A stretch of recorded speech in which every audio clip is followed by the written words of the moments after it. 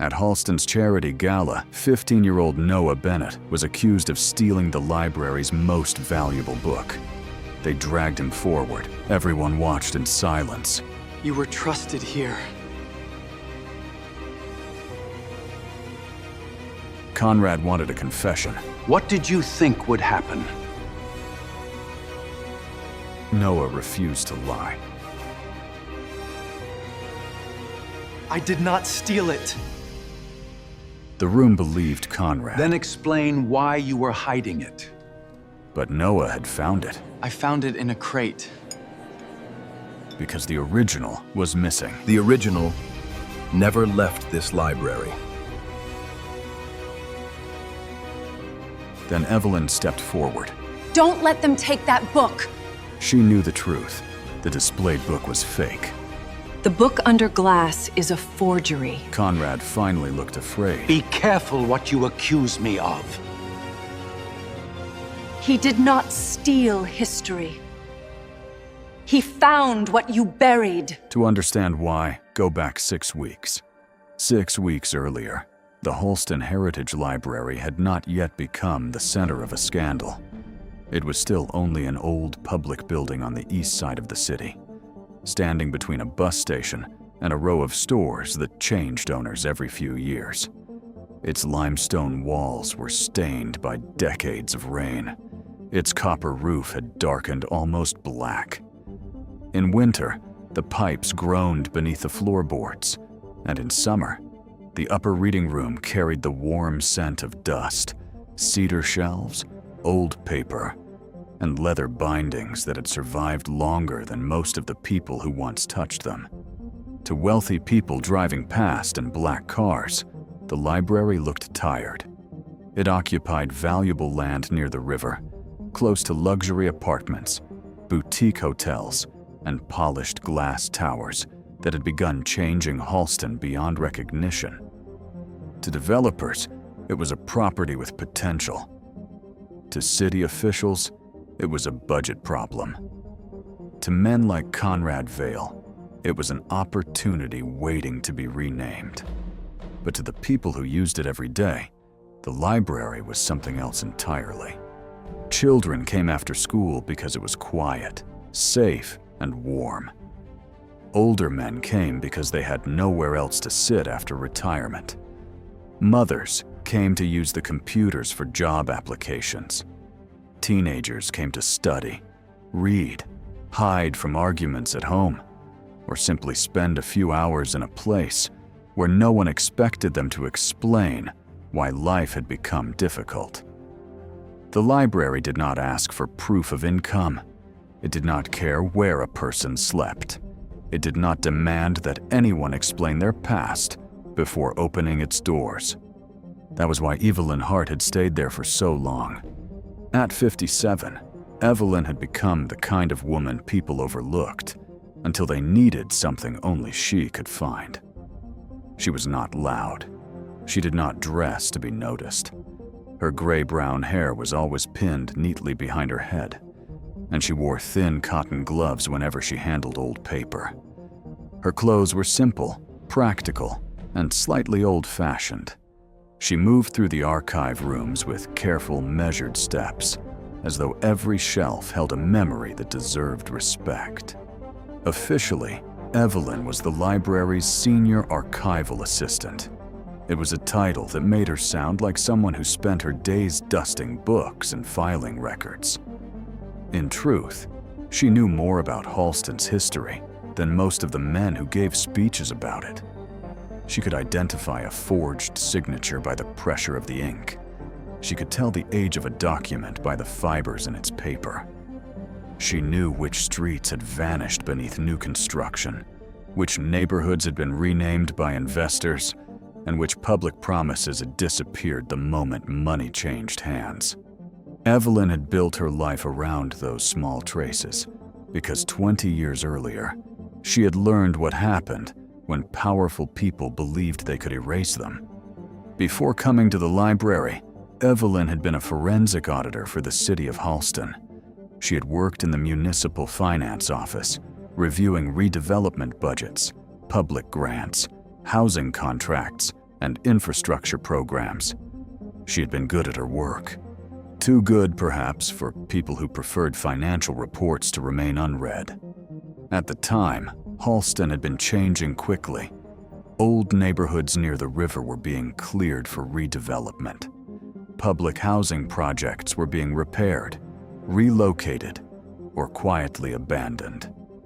New foundations appeared every year, promising to rebuild struggling communities. Politicians praised private investment. Newspapers printed photographs of smiling developers standing beside ribbon cuttings and construction sites. One of those developers was Conrad Vale. Even then, Conrad had known how to make ambition sound like compassion. He was younger, hungrier, and far less famous than he would become. But the city already admired him. He spoke about restoring dignity to forgotten neighborhoods. He donated coats during winter drives. He appeared at school fundraisers. He made people feel that Halston's future depended on men like him. Evelyn had not disliked him at first. She had only followed the numbers. The more she reviewed the finances connected to the city's redevelopment programs, the more she noticed patterns that made no sense. Public funds intended for housing repairs were being transferred into charitable accounts. Those accounts paid consulting fees to private firms. The firms were connected to contractors. The contractors were connected to land purchases. The land purchases eventually led back to companies linked to Conrad Vale and his earliest business partners. Nothing had been stolen in one obvious act. That was what made the scheme so difficult to see. The money moved in fragments. It passed through foundations with hopeful names. It was hidden inside consulting contracts, administrative costs, redevelopment fees, and emergency transfers. Each transaction looked harmless by itself. But when Evelyn placed them beside one another, a pattern appeared. Public money was being used to help private interests control public land. Evelyn needed proof before she could report it. She needed someone who understood the city's old records, someone who knew where the original deeds and transfer documents had been stored. That person was Arthur Bennett. Arthur had been a municipal records clerk, quiet, patient, and almost invisible to the people who worked above him. He had no powerful friends. He had no political ambition. He was the kind of man who remembered the exact shelf where a file had been placed 15 years earlier, even after 3 office moves and 2 changes in the archive system. Arthur had recognized the same irregularities Evelyn had found. Several land transfer records had been altered. Dates had been changed. Property classifications had shifted after signatures were supposedly completed. Documents had appeared in folders where they did not belong. Some records carried seals that had not existed at the dates printed on them. Together, Evelyn and Arthur had come close to exposing the truth. Then the documents began disappearing. Before Evelyn could deliver her final report, she was accused of manipulating city financial records. The same spreadsheets she had used to uncover fraud were suddenly presented as evidence against her. Money that had vanished through a complicated network of transfers was blamed on her department. The city needed someone to absorb the scandal, and Evelyn was convenient.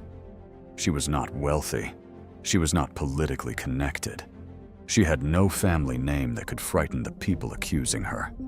Arthur tried to defend her. He submitted notes about altered deeds and missing evidence. He insisted that files had been removed from the archive system. But his warnings were dismissed as paranoia. He was removed from his job. His reputation was damaged. Within months, the city had painted Evelyn as a dishonest auditor, and Arthur as a troubled clerk, unable to accept the conclusions of the investigation. Conrad Vale survived untouched. In fact, he emerged stronger. Over the next 2 decades, his company grew. Vale Horizons built luxury towers, shopping centers, private hospitals, and waterfront districts. Conrad funded scholarships. He donated to museums. He sponsored youth programs. His name appeared on plaques across the city. And Evelyn disappeared. She took temporary work restoring documents. She cataloged private collections. She repaired damaged books. Eventually, the Halston Heritage Library hired her because old paper did not care what the newspapers had once said about her. The library was one of the few places where she could work without hearing whispers whenever she entered a room. For 20 years, Evelyn had not tried to fight her past. She had survived it. Then Conrad Vale announced that he wanted to save the library. The proposal arrived with headlines, television interviews, and photographs of Conrad standing beneath the library's stone archway, while promising a new future for Halston's children. Vale Horizons would invest $40 million into a modern educational complex called the Vale Center for Tomorrow.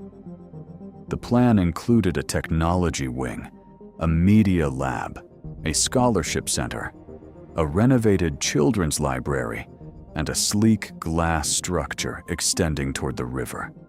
The city celebrated before most people read the details. The mayor praised Conrad's generosity. The library board called it a miracle.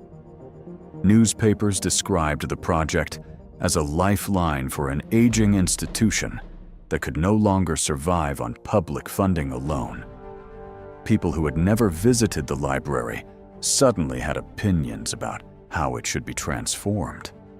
But Evelyn saw what the others did not. The agreement required the city to lease the library property to Vale Horizons for 99 years. The library itself would remain open, at least in theory.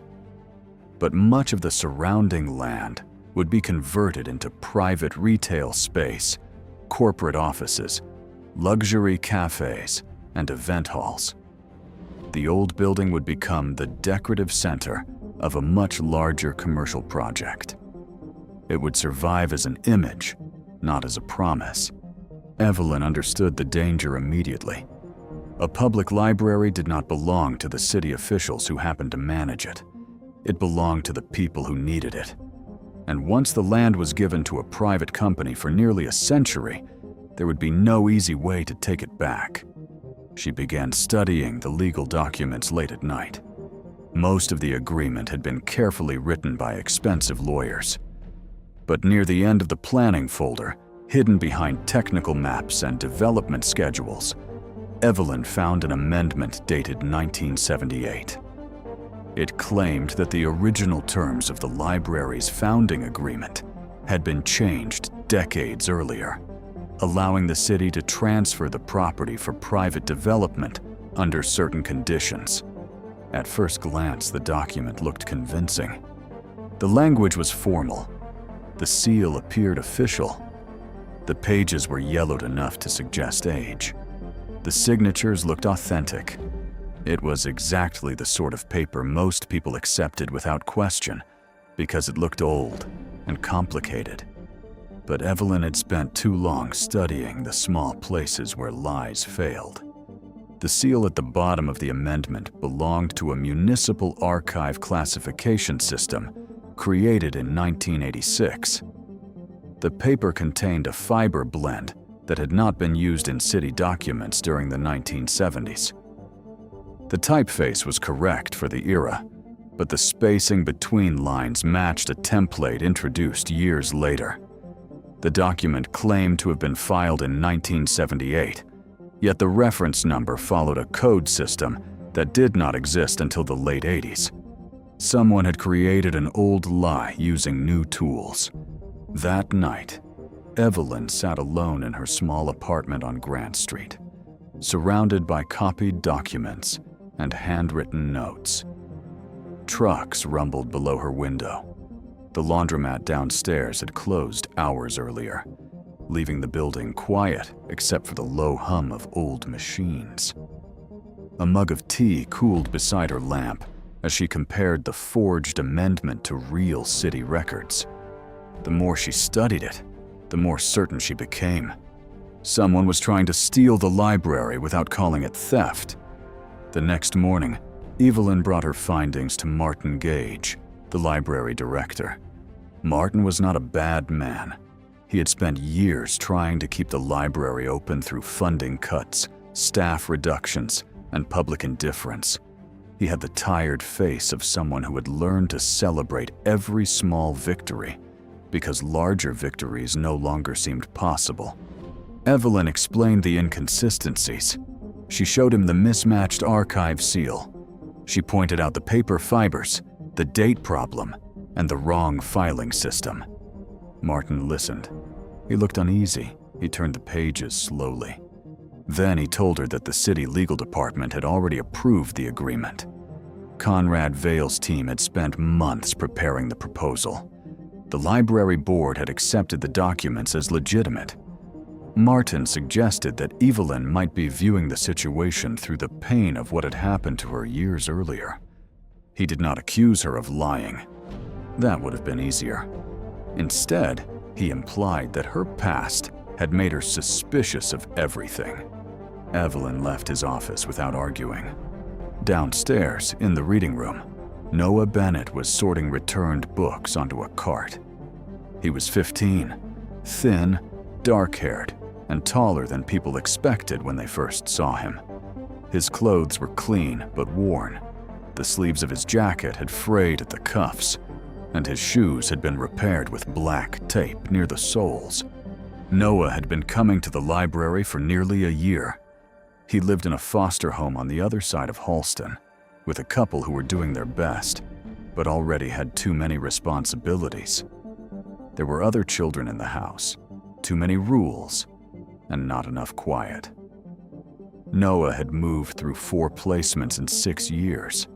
He had learned not to unpack fully. He had learned not to ask whether a room was really his. He had learned that adults often said they wanted honesty, but only when honesty was easy to hear. At the library, no one asked him to explain himself. He volunteered after school. He organized donations, repaired loose book covers, helped older patrons use the computers, and spent hours reading local history. He liked maps, old newspapers, photographs, land records, and anything that revealed how the city had become what it was. He liked history, because history proved that people had existed even when the world tried to forget them. Evelyn had noticed him long before they became friends. At first, Noah had been another quiet boy sitting alone near the window. But then he began asking questions that surprised her. He wanted to know why old books sometimes had handwritten notes in the margins. He wanted to know why city maps showed streets that no longer existed. He wanted to know who decided what was worth preserving. One afternoon, Noah brought Evelyn a small brass key. It was heavy for its size, with a worn oval head and a symbol engraved near the shaft. The symbol looked like a lantern inside a circle. Noah explained that the key had belonged to his grandfather, Arthur Bennett. It was one of only 2 things Noah had left from him, along with an old photograph. When Evelyn looked at the photograph, the past reached out and took hold of her. Arthur Bennett stood beside a younger woman in an office filled with file boxes and folders. The woman wore a navy blouse and had dark hair pulled back from her face. She looked focused, determined, and far less tired than Evelyn remembered feeling during those years. The woman was Evelyn. For several seconds, she could not speak. Noah had never known the full story about his grandfather. He only knew that Arthur had worked for the city, had always spoken about truth, and had died before Noah was old enough to understand why adults avoided mentioning his name. Evelyn turned the brass key over in her gloved hand. The lantern symbol belonged to an old archival system. Before Halston digitized most sensitive records, certain files had been stored in locked cabinets beneath the library. The cabinet numbers were rarely listed in public records. Only longtime municipal employees knew they existed.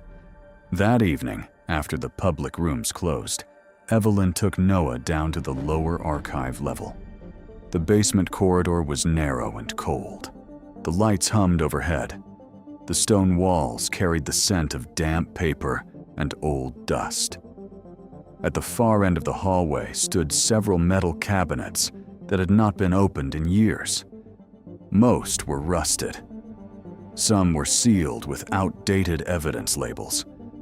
One cabinet bore the same lantern symbol as Noah's key, almost hidden beneath layers of paint. Noah placed the key in the lock. For a moment, nothing happened. Then the mechanism turned.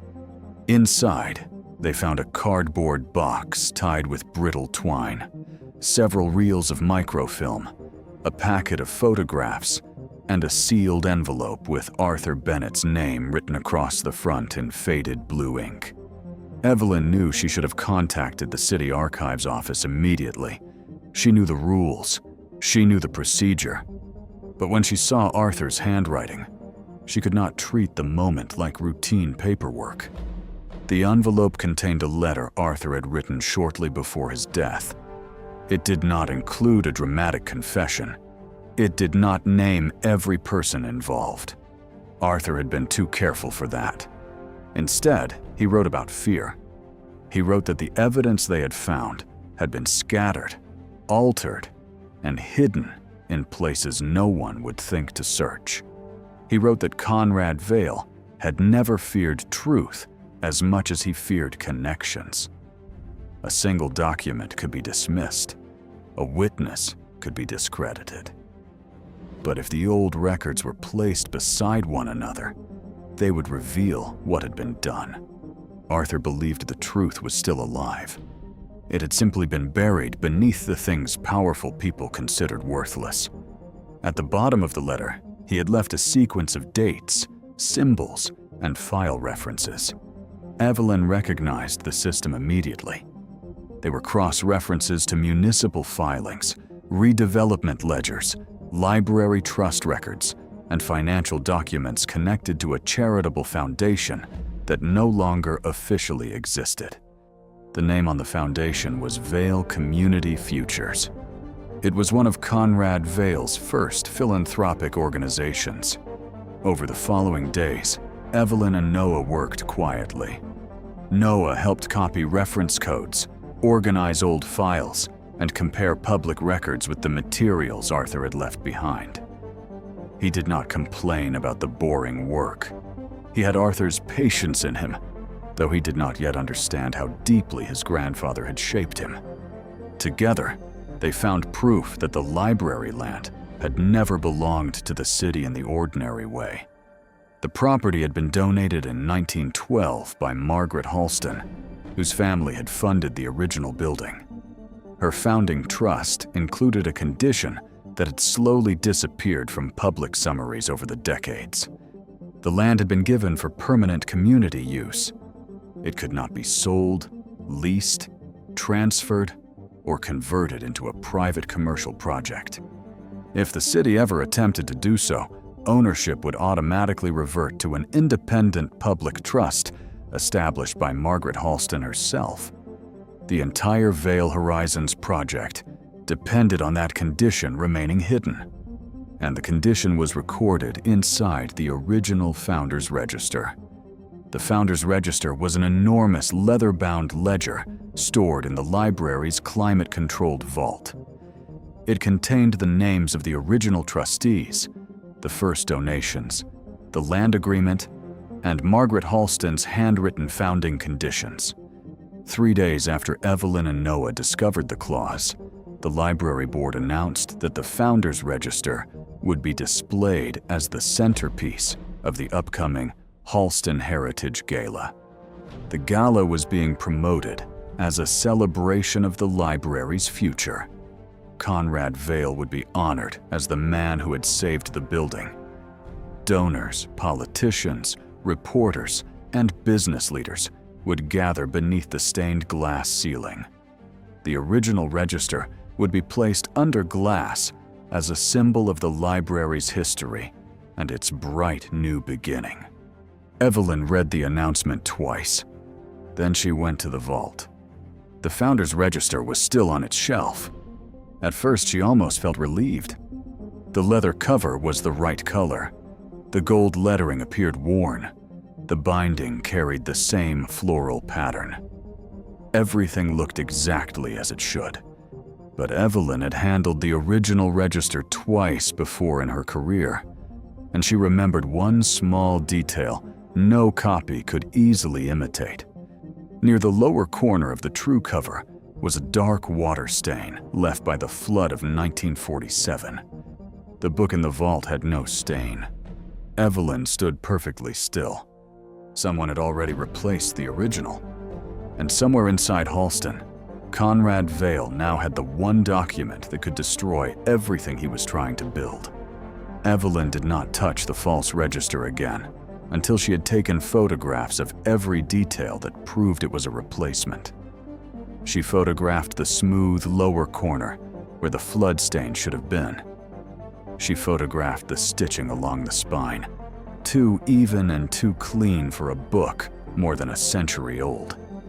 She photographed the pages under angled light, revealing fibers that did not match paper made in 1912. Then she went to Martin Gage one last time. This time she did not arrive with a theory.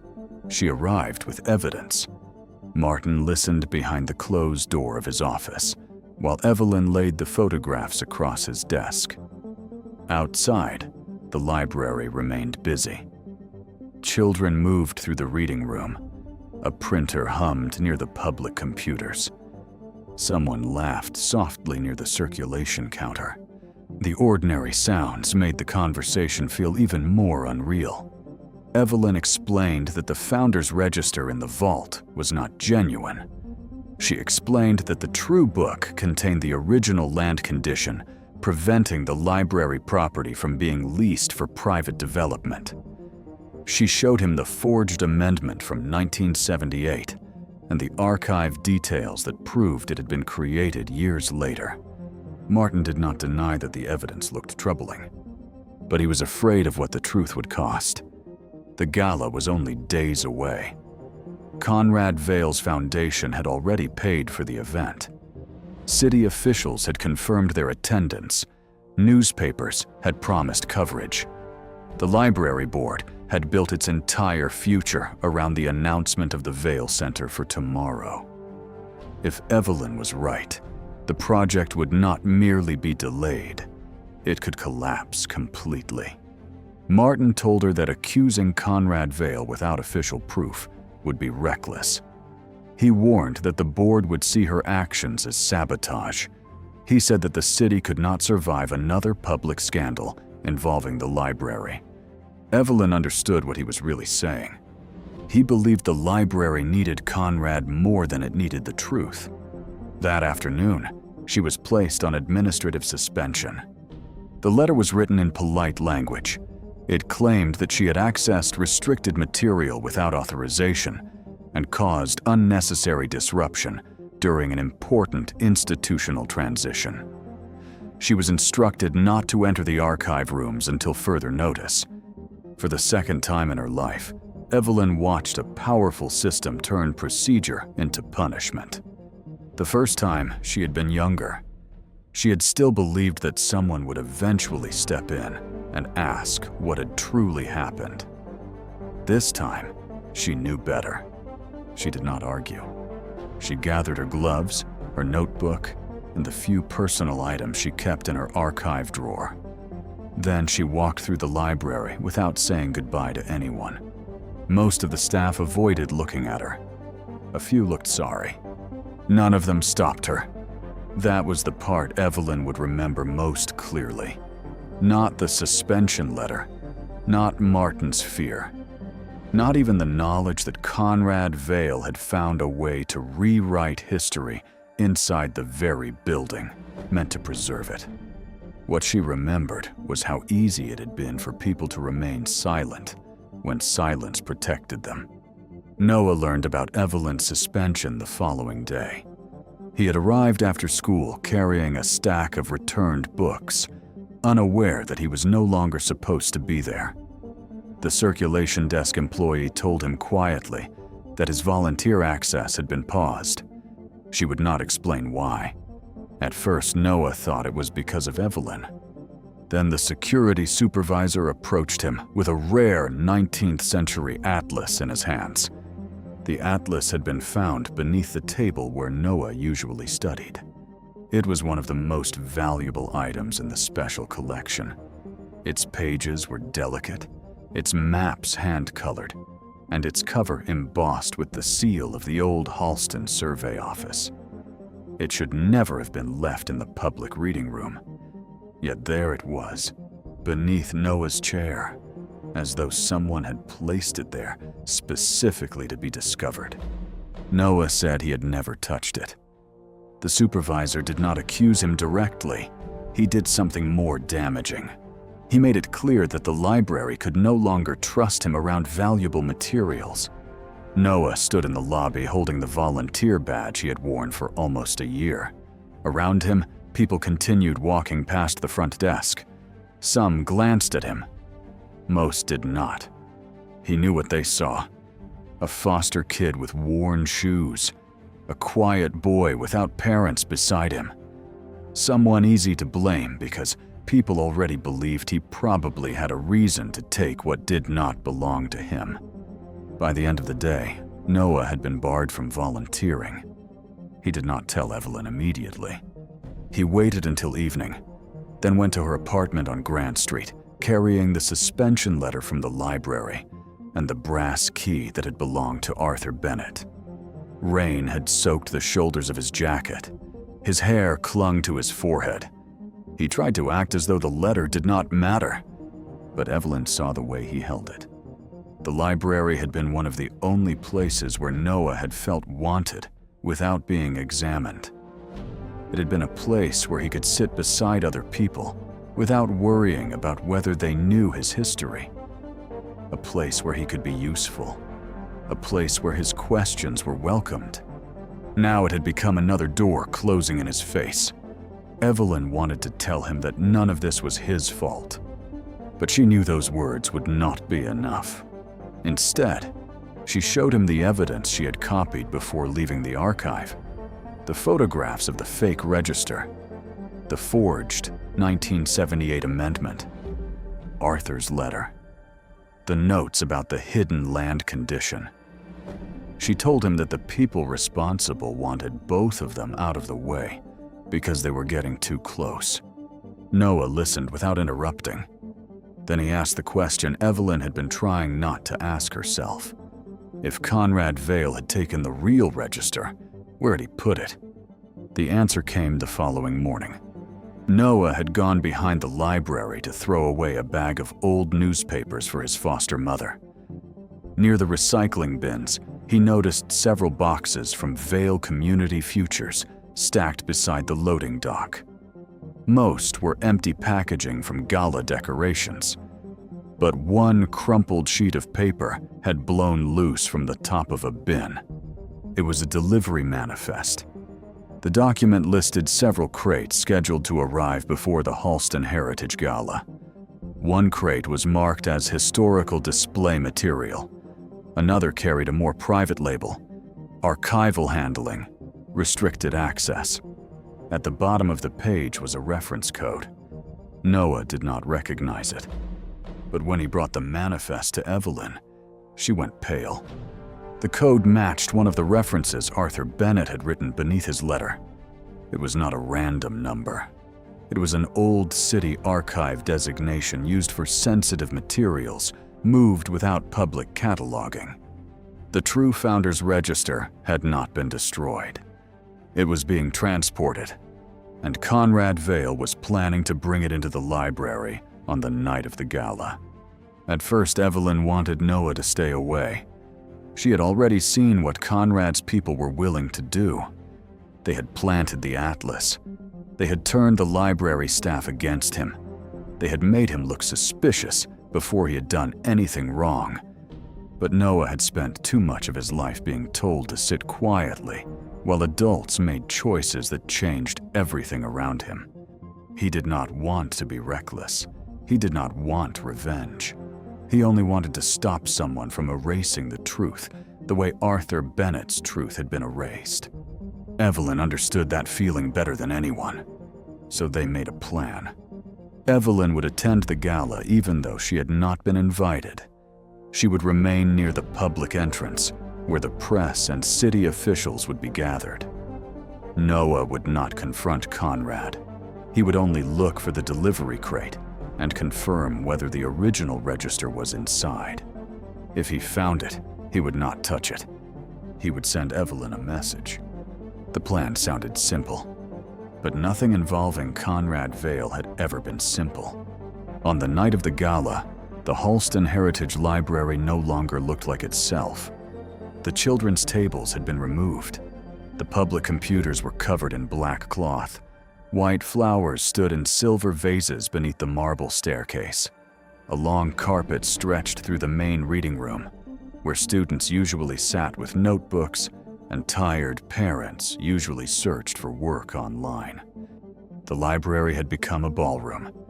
Guests in tuxedos and gowns arrived beneath strings of warm lights.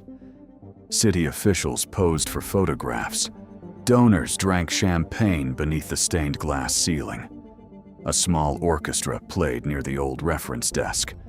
At the center of the room, beneath a narrow beam of light, the fake Founders Register rested inside a glass display case. Conrad Vale stood nearby in a black dinner jacket, wearing a silver pin shaped like an open book. He smiled for cameras. He greeted politicians by name. He spoke about education, opportunity, and the future of Halston, with the ease of a man who had spent his life learning how to make people believe that wealth and goodness were the same thing. The guests loved him. They saw the billionaire who had promised $40 million. They saw the philanthropist who wanted to save an old library. They saw the man who had built towers, schools, foundations, and a reputation so polished that few people remembered what might be hidden beneath it. They did not see the forged amendment. They did not see the stolen register. They did not see the evidence Arthur Bennett had hidden 20 years earlier. Noah entered through the service corridor shortly before the main speech began. He wore a borrowed navy suit that was slightly too large at the shoulders.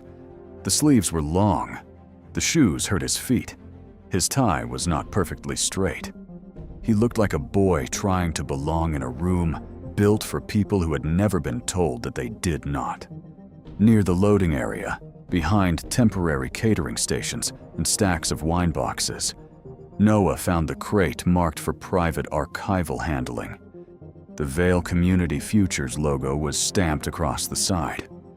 His heart began to race. The crate had been placed behind a curtain beside flower supplies and event equipment. It was not locked. That seemed wrong to Noah. Something so important should have been guarded. But perhaps Conrad had believed no one would ever look there. Noah carefully lifted the lid. Inside, beneath layers of foam and packing paper, was the original Founders Register. He recognized it instantly. The leather cover bore the dark water stain near the lower corner. The binding looked older, heavier, and more fragile than the polished imitation displayed beneath the ballroom lights. For a moment, Noah could only stare. He thought of Arthur Bennett. He thought of Evelyn. He thought of the atlas planted beneath his table. He thought of every time someone had looked at his foster care file before they looked at his face. Then he made the decision that would change everything. He lifted the register from the crate. He intended to carry it only far enough to show Evelyn. He never made it out of the corridor. 2 security guards appeared before he reached the service door. They moved too quickly. They did not ask why he had the register. They did not ask how he found it. They did not seem surprised at all. They took the book from his hands and led him toward the ballroom. At that exact moment, the orchestra began to fade, and beneath the stained glass ceiling, surrounded by donors, politicians, and cameras, Conrad Vale was preparing to tell the city what kind of future he believed it deserved. When the security guards escorted Noah Bennett into the ballroom, the orchestra had just fallen silent. The sound disappeared so suddenly that the room seemed to hold its breath. Hundreds of guests turned toward the boy in the borrowed Navy suit. Under the stained glass ceiling of the Halston Heritage Library, Noah looked smaller than he had only minutes earlier. His hands were empty now. The old Founder's Register had been taken from him and held by one of the guards as though it were proof of a crime. Conrad Vale stood near the center of the room, surrounded by donors, city officials, cameras, and people who had spent the evening praising his generosity. He did not rush forward. He did not raise his voice. He understood that real power rarely needed to shout. Instead, he looked at Noah with carefully measured disappointment. To the guests, it seemed obvious what had happened. A foster boy had been found in a private service corridor, carrying the most valuable historical document in the library. The evidence looked simple. The story felt complete. And because Noah was young, poor, unknown, and already viewed with suspicion by people who had never bothered to know him, most of the room had decided he was guilty before anyone asked a single question. No one asked why a frightened 15-year-old would steal a book he could not sell. No one asked why security found him so quickly. No one asked why the original register had been stored inside a crate belonging to Conrad Vale's own foundation. They only saw what Conrad wanted them to see. The billionaire spoke to the room with a sadness that sounded almost compassionate. He described Noah as a young person who had been given an opportunity by the library, by the community, and by the very people gathered there that evening. He made it seem as though Noah had betrayed kindness. He made the guests feel sorrow for him, while quietly convincing them that he could not be trusted. It was a performance Conrad had perfected over decades. He knew how to make cruelty look like concern. Noah stood still beneath the stained glass ceiling, his face pale and his shoulders tense. He had spent years learning that when adults had already made up their minds, speaking too much could make things worse. So he said nothing.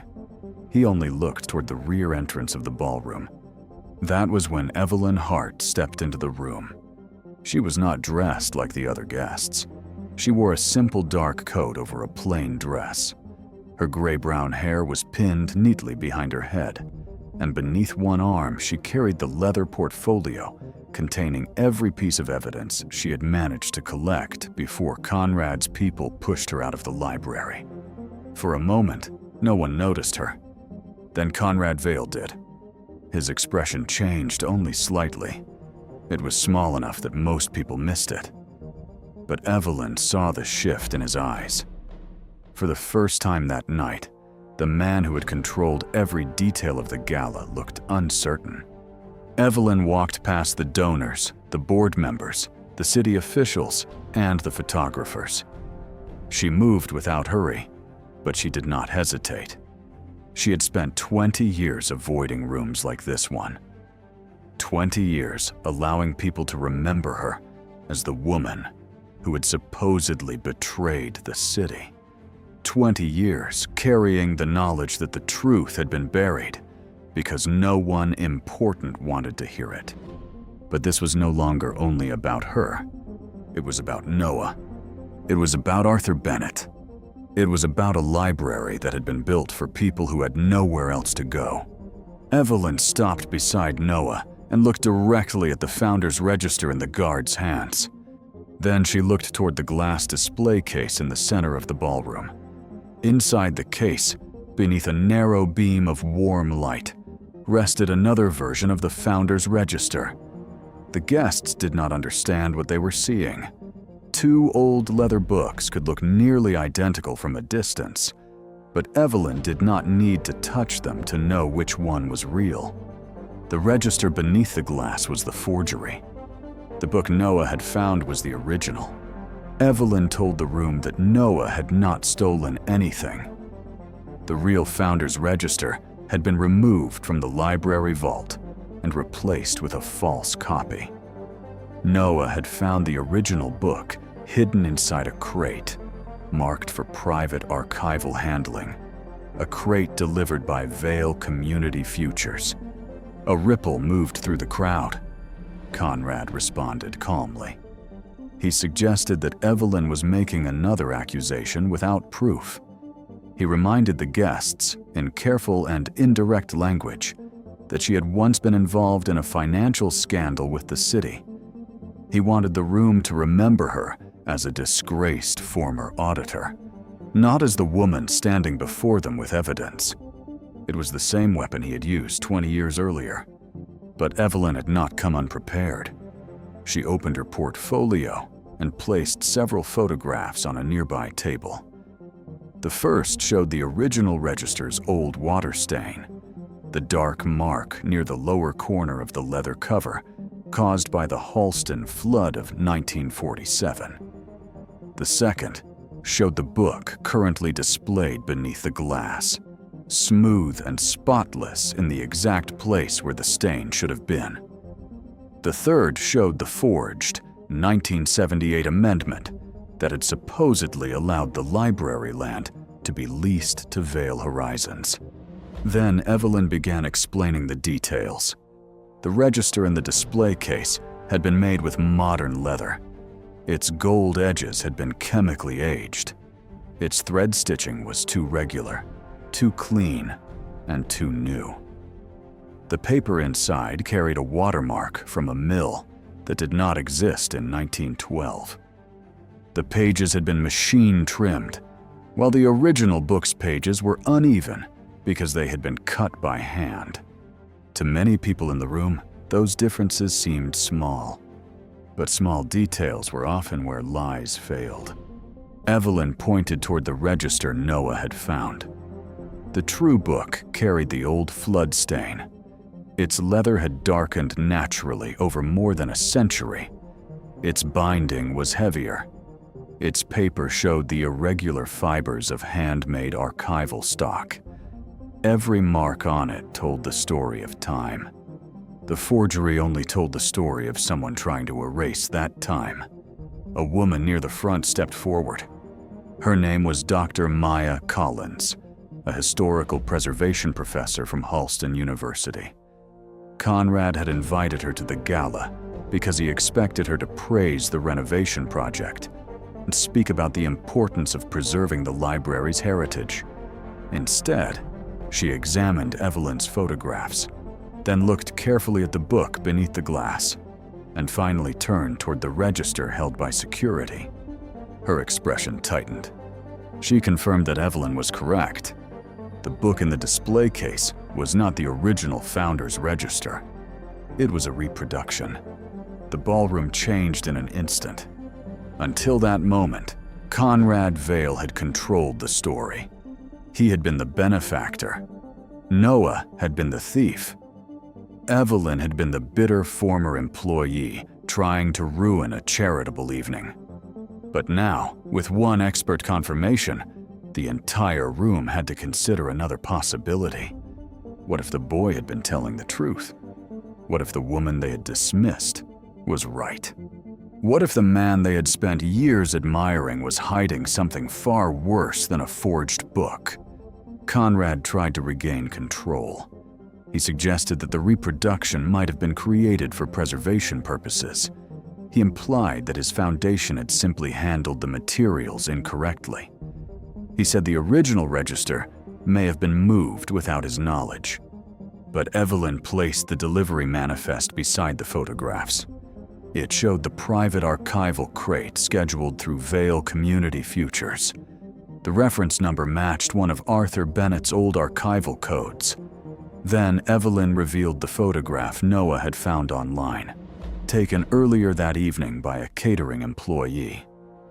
In the background, clearly visible behind the flower arrangements, was the crate being moved into the loading area by a Vale Community Futures staff member. The register had not been misplaced.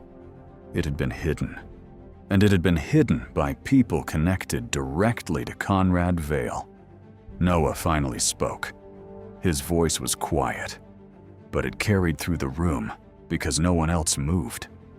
He explained that he had found the real register inside the crate. He said he had recognized the water stain because Evelyn had described it to him. He did not claim to understand every detail. He did not try to sound brave. He simply told the truth. And because he did not ask for sympathy, the truth sounded stronger. For the first time that night, the guests looked at Noah differently. They no longer saw a foster boy caught with stolen property. They saw a child who had been placed at the center of a lie. Evelyn asked the guard to place the real founder's register on the table. Dr. Collins put on archival gloves. Evelyn did the same. Together, they opened the heavy leather cover. The first pages contained the names of the original trustees, the handwritten donations that funded the building, and the founding records of the library. The ink had faded from black to brown, but it was still readable. The pages were delicate, but they carried the weight of a century. Then Evelyn turned to the section that mattered most. There, in Margaret Halston's original handwriting, was the condition that Conrad Vale had tried to erase. The land beneath the library had been donated for permanent public use. It could not be sold, leased, transferred, or converted into private commercial property. If the city ever attempted to use the land for private development, ownership would automatically revert to the Halston Community Trust. The Vale Center for Tomorrow had been built on an illegal promise. The 99-year lease Conrad planned to use was invalid. His $40 million donation had never been a rescue plan. It had been the first step in taking control of land that did not belong to him. The room became quieter than before.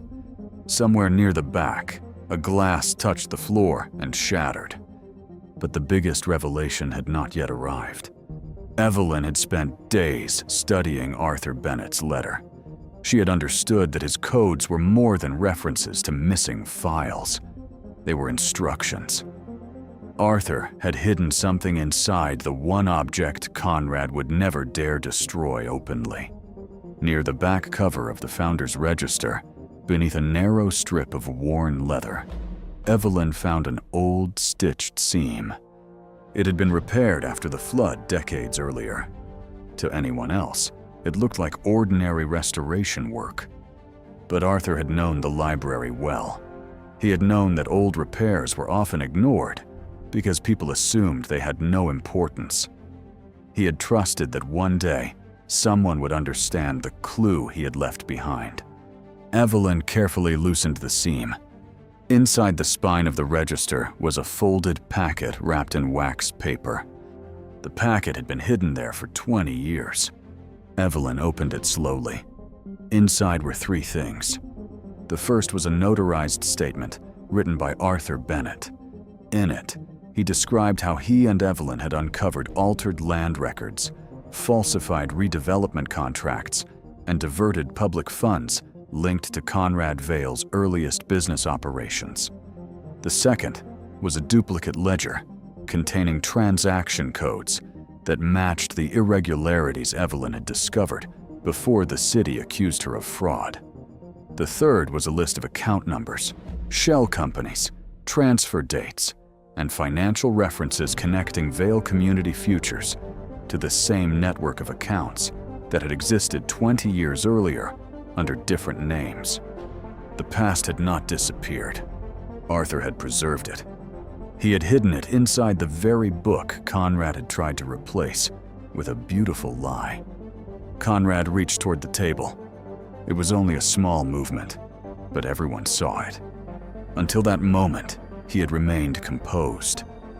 Men like Conrad Vale did not collapse the way ordinary people imagined. They had spent too many years practicing dignity in public. But when he saw Arthur's statement in Evelyn's hands, the color left his face. He knew exactly what the documents meant. The forged amendment connected to the false register. The false register connected to the illegal lease. The lease connected to Veil Horizons. The ledger connected to the redevelopment fraud from 20 years earlier.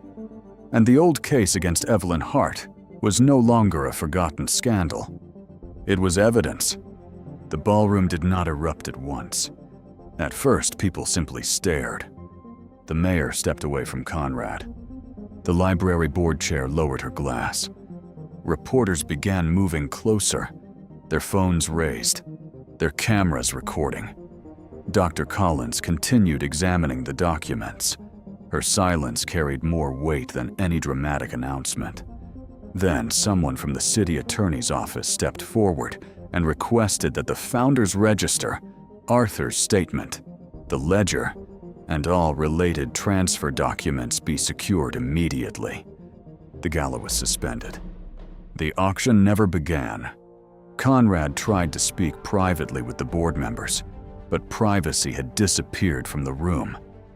The donors who had praised him all evening were suddenly eager to distance themselves.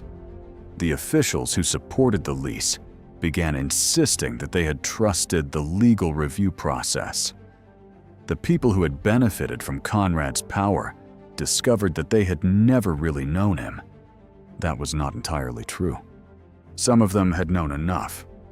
They had simply decided that knowing was less important than staying close to him. Noah was released from security custody before the police even arrived.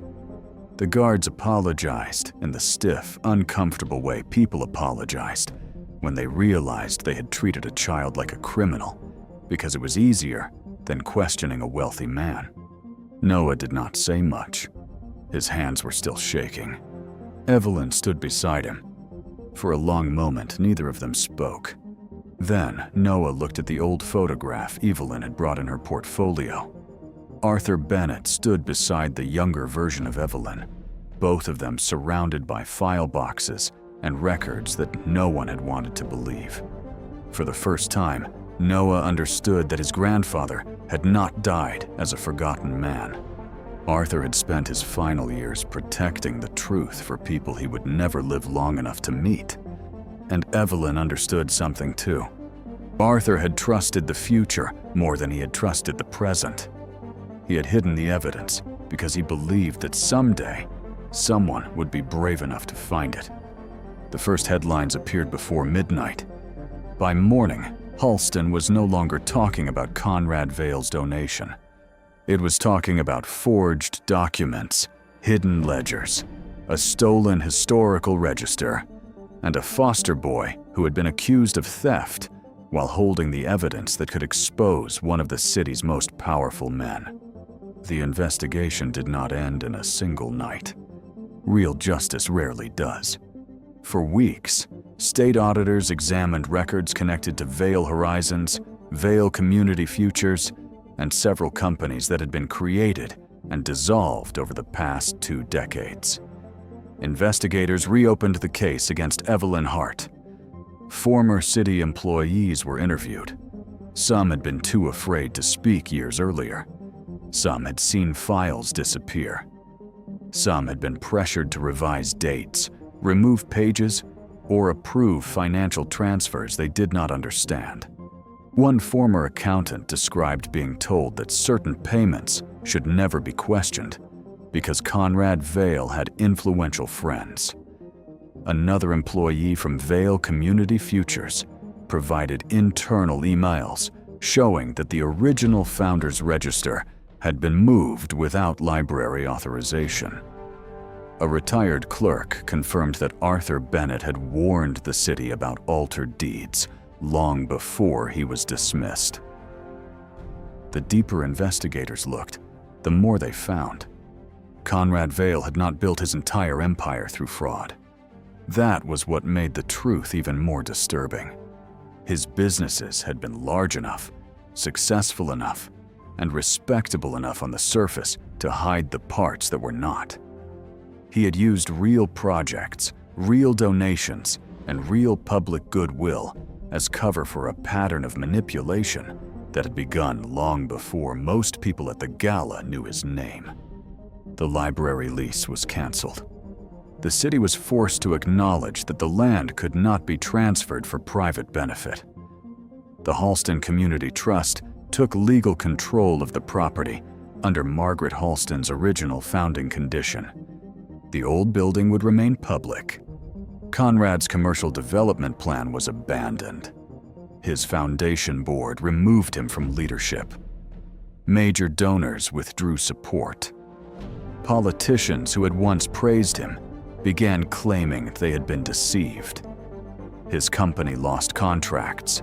His reputation, built carefully over decades, began to collapse under the weight of documents he had assumed no one would ever find.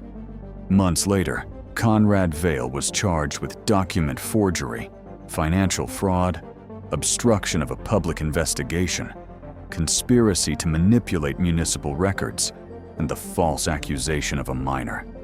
He was not destroyed because someone shouted louder than he did. He was destroyed because the records he had ignored finally spoke louder than his reputation.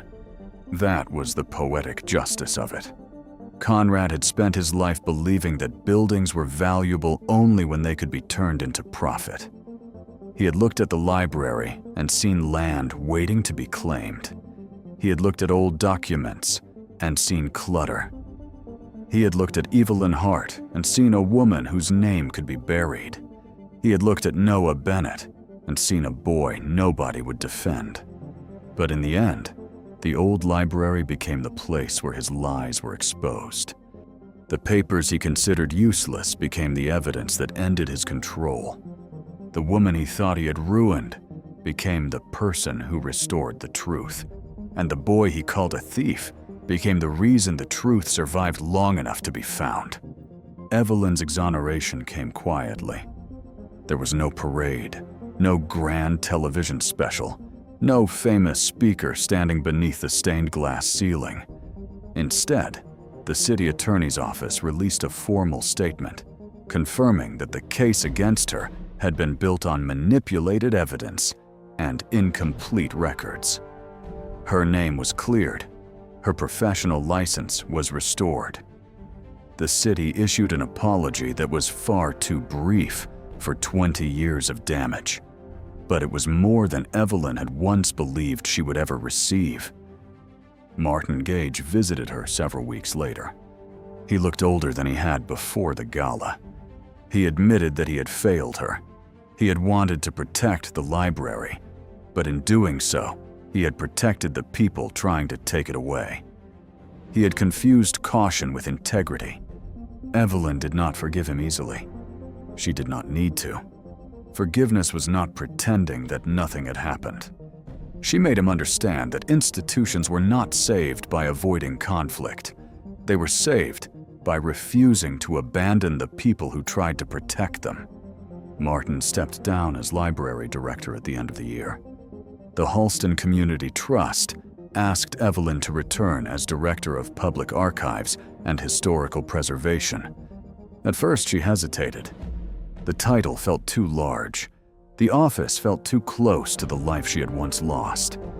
But Noah reminded her that the library had never needed someone who looked important. It needed someone who understood what was worth protecting. So Evelyn accepted. The first project she approved was the restoration of the lower archive wing. The second was the creation of the Arthur Bennett Reading Room. It was not a grand hall with marble plaques and expensive furniture. It was a warm, bright room on the first floor where children could read, study, use computers, ask for help with schoolwork, and learn how to search public records. A framed photograph of Arthur Bennett hung near the entrance beside a small brass plaque describing him as a city records clerk who had protected the truth when few others would. Noah attended the opening ceremony in a suit that actually fit. He did not become a millionaire. He did not suddenly inherit a mansion or receive some impossible reward that solved every problem in his life. His foster care situation did not magically become easy. There were still forms, meetings, uncertainty, and memories that could not disappear because one wealthy man had finally been exposed. But Noah was no longer alone. The library hired him as a paid youth archive assistant. He learned how to preserve paper, repair damaged bindings, search municipal databases, and trace the history of buildings that other people passed without noticing. He began taking evening classes through a local college program. For the first time, he had adults who did not see him as a file number or a problem waiting to happen. He had a place where his curiosity was not treated like trouble. He had a future that did not depend on someone else deciding whether he deserved one. Nearly a year after the gala, Noah returned to the lower archive room where Arthur's letter had been found. Evelyn was there, sorting a box of newly cataloged documents. The old brass key rested in Noah's palm. For a long time, he looked at it without speaking. Then he placed it inside a small display case beside Arthur's photograph. The key had once represented a locked past. It had been the only thing Noah carried from a grandfather he barely remembered. But now it meant something different. It was no longer a reminder of what had been hidden. It was proof that some doors stayed closed only until the right person found the courage to open them. The Halston Heritage Library remained standing. The roof was repaired, but not with Conrad's money. Community groups raised funds. Former students returned to donate. Local businesses contributed without demanding that their names be carved into stone. The city restored public support after learning, through humiliation, that libraries were not private charities for the wealthy to rescue. They were public promises. And every day, people continued coming through the library's doors. Children came to read. Parents came to fill out job applications. Older patrons came to sit by the windows. Teenagers came to study or hide from the rain. Most of them never knew every detail of the scandal that had saved the building. They did not need to.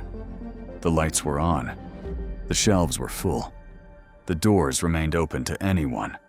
That was enough. But Evelyn never forgot the lesson hidden inside Arthur Bennett's letter. Truth does not disappear because it is weak. Sometimes it disappears because powerful people train everyone else to look away. They make doubt feel embarrassing. They make questions feel dangerous. They make ordinary people believe that wealth, confidence, and public applause are the same thing as goodness. But they are not. And in the end, it took a quiet archivist, a foster boy everyone was ready to blame, and a book full of forgotten pages to remind an entire city that dignity does not belong only to those who can afford to defend themselves. Sometimes the people treated as invisible are the only ones still paying attention.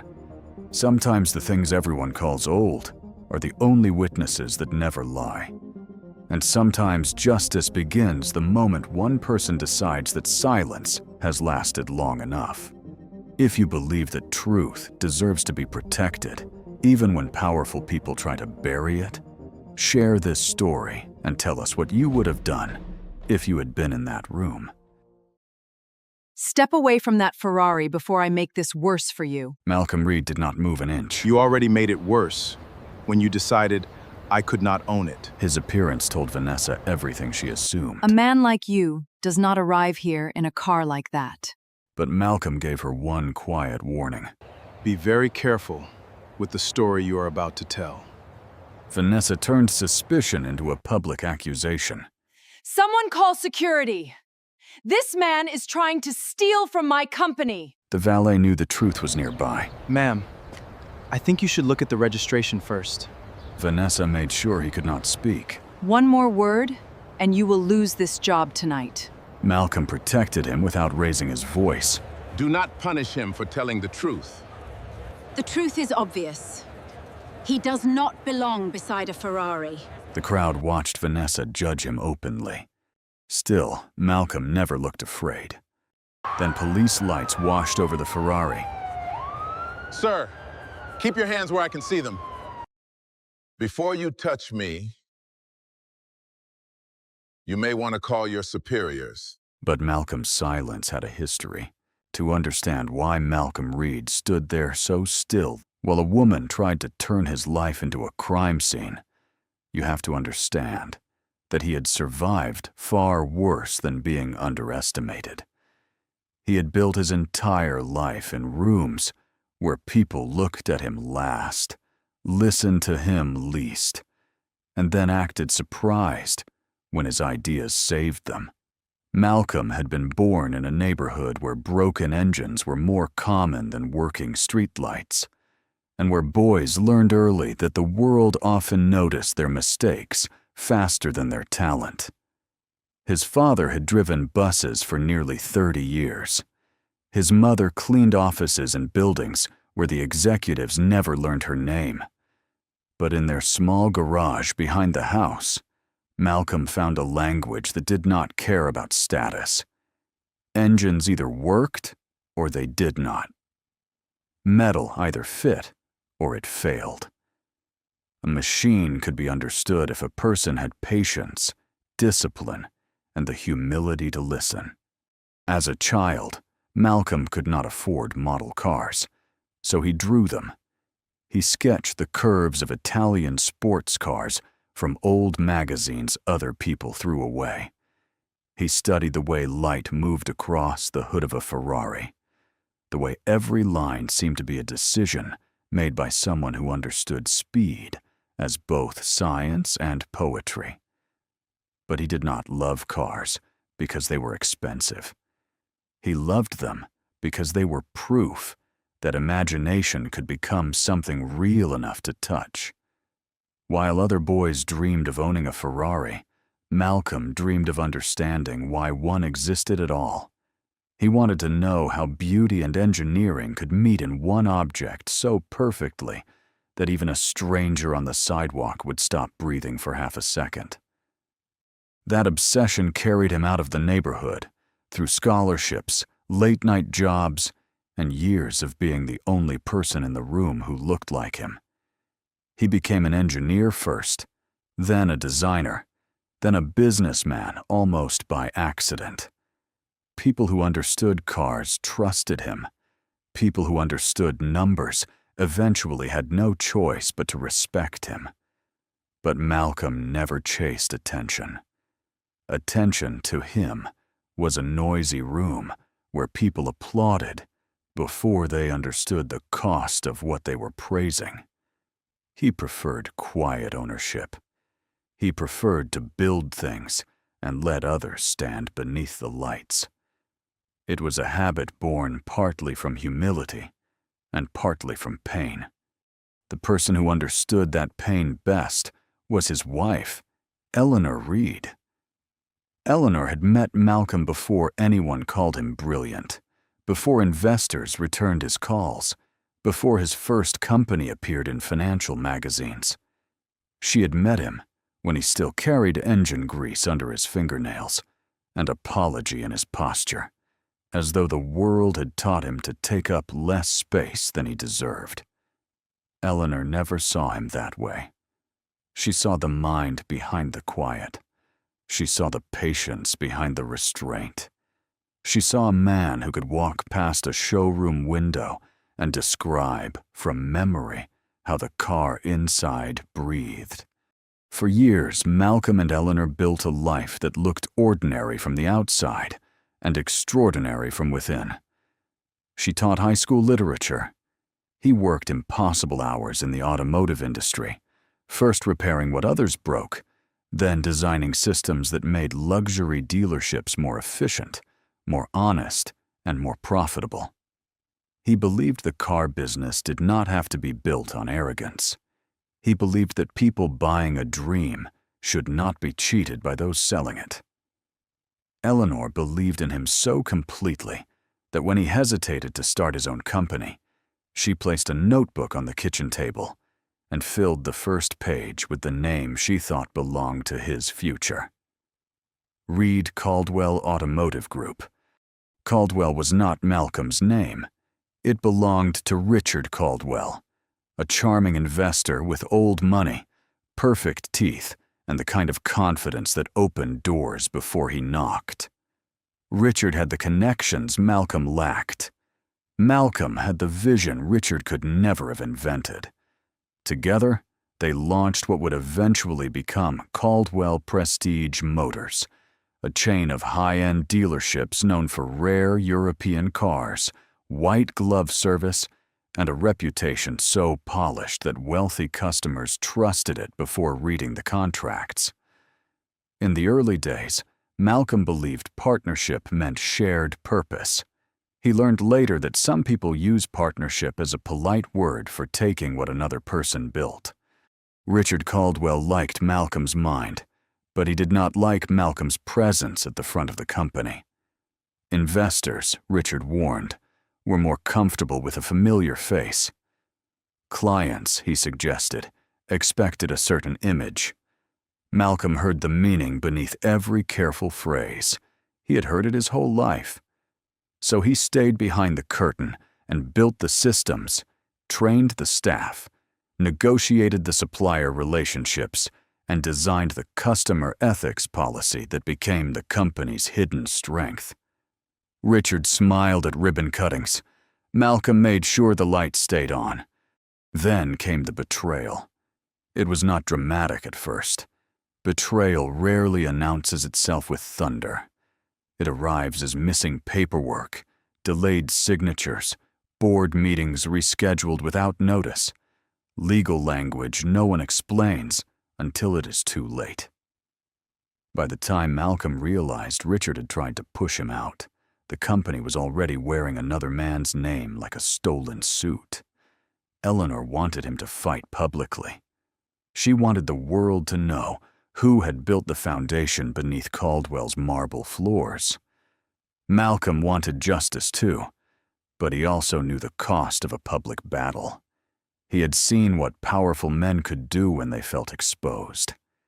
He chose a slower kind of justice, one that required patience, discipline, and the kind of silence most people mistake for surrender. With Eleanor's help, Malcolm protected what mattered. Through a private family trust, carefully structured before Richard understood what was happening, Malcolm retained controlling interest in the holding company behind Caldwell Prestige Motors. Richard kept the spotlight. Malcolm kept the keys. The arrangement was strange, but it worked. Malcolm stepped away from the public face of the company and built a private investment firm that quietly rescued businesses, funded scholarships, and supported young mechanics who reminded him of the boy he used to be. Richard Caldwell enjoyed fame until illness and debt consumed the last years of his life. After his death, the Caldwell name remained, but the real power never sat where outsiders thought it did. Eleanor was the only person who knew how much that silence had cost him. She knew that every time Malcolm entered one of his own dealerships and watched employees fail to recognize him, a small part of him had to choose peace over pride. She also knew he was not weak. He was waiting. Not waiting for revenge exactly, but for the right moment to turn ownership into protection. She used to tell him that wealth was only meaningful when it defended people who had none. Malcolm carried those words long after Eleanor became ill, long after hospital rooms replaced business meetings, long after the woman who had believed in him before the world did left him with more money than he wanted, and one promise he could not forget. The Ferrari came from that promise. Years before Eleanor died, she and Malcolm had walked past a private collection after a charity dinner. Inside, under warm museum lights, was a deep red Ferrari, 812 super fast, elegant and aggressive, a machine that seemed to be moving even while parked. Eleanor had smiled at the way Malcolm stopped talking mid-sentence. She had known he was not seeing status. He was seeing childhood, survival, and design brought together in one impossible shape. She had told him that one day, when he finally stopped hiding from the life he had earned, he should buy one in red, not because rich men did, but because the boy in the garage deserved to see his dream in color. Malcolm did not buy it while she was alive. During her illness, extravagance felt obscene. After her funeral, it felt empty. But on the first anniversary of her passing, he purchased the Ferrari through the Eleanor Reed Memorial Trust, not as a trophy, but as a memorial. He had her initials engraved inside the cabin, where only someone looking closely would notice. He drove it rarely, and only on days connected to purpose. The car was not a toy. It was a reminder that grief could travel with beauty, and that promises made in love did not expire when a heartbeat stopped.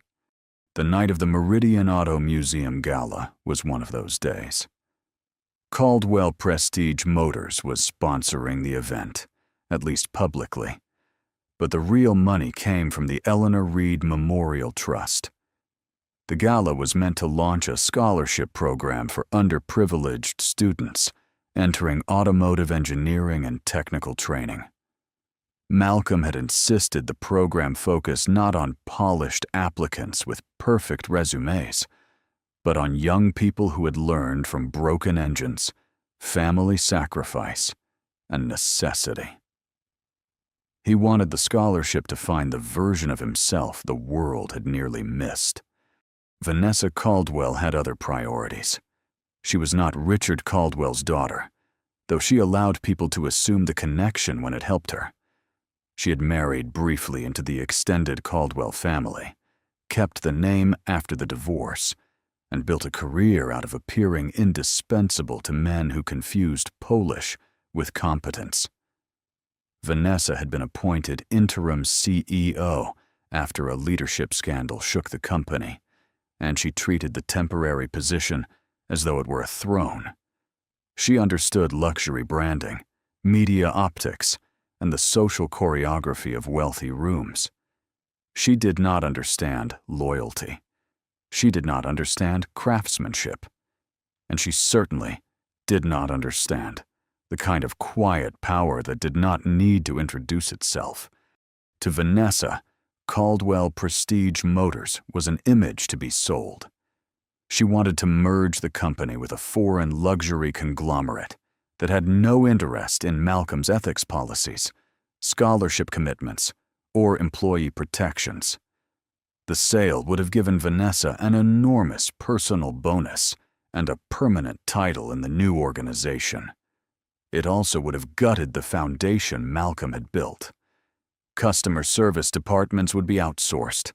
Longtime mechanics would be dismissed. The scholarship fund would be renamed, reduced, and folded into a marketing campaign. Vanessa called it modernization. Malcolm saw it for what it was: extraction disguised as progress. For months, Malcolm had watched from a distance as reports crossed his desk. Customer complaints rose. Employees resigned. Warranty claims were delayed to improve quarterly numbers.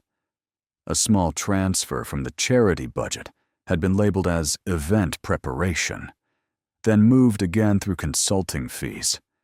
No single entry proved corruption by itself, but together they created a pattern. Malcolm had seen enough patterns in his life to know when a machine was beginning to fail. He did not rush. He asked his legal team to gather documents.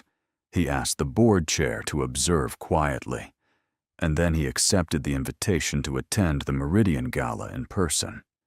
He did not tell Vanessa he was coming. He did not ask for a reserved entrance. He did not request a security escort or a press announcement.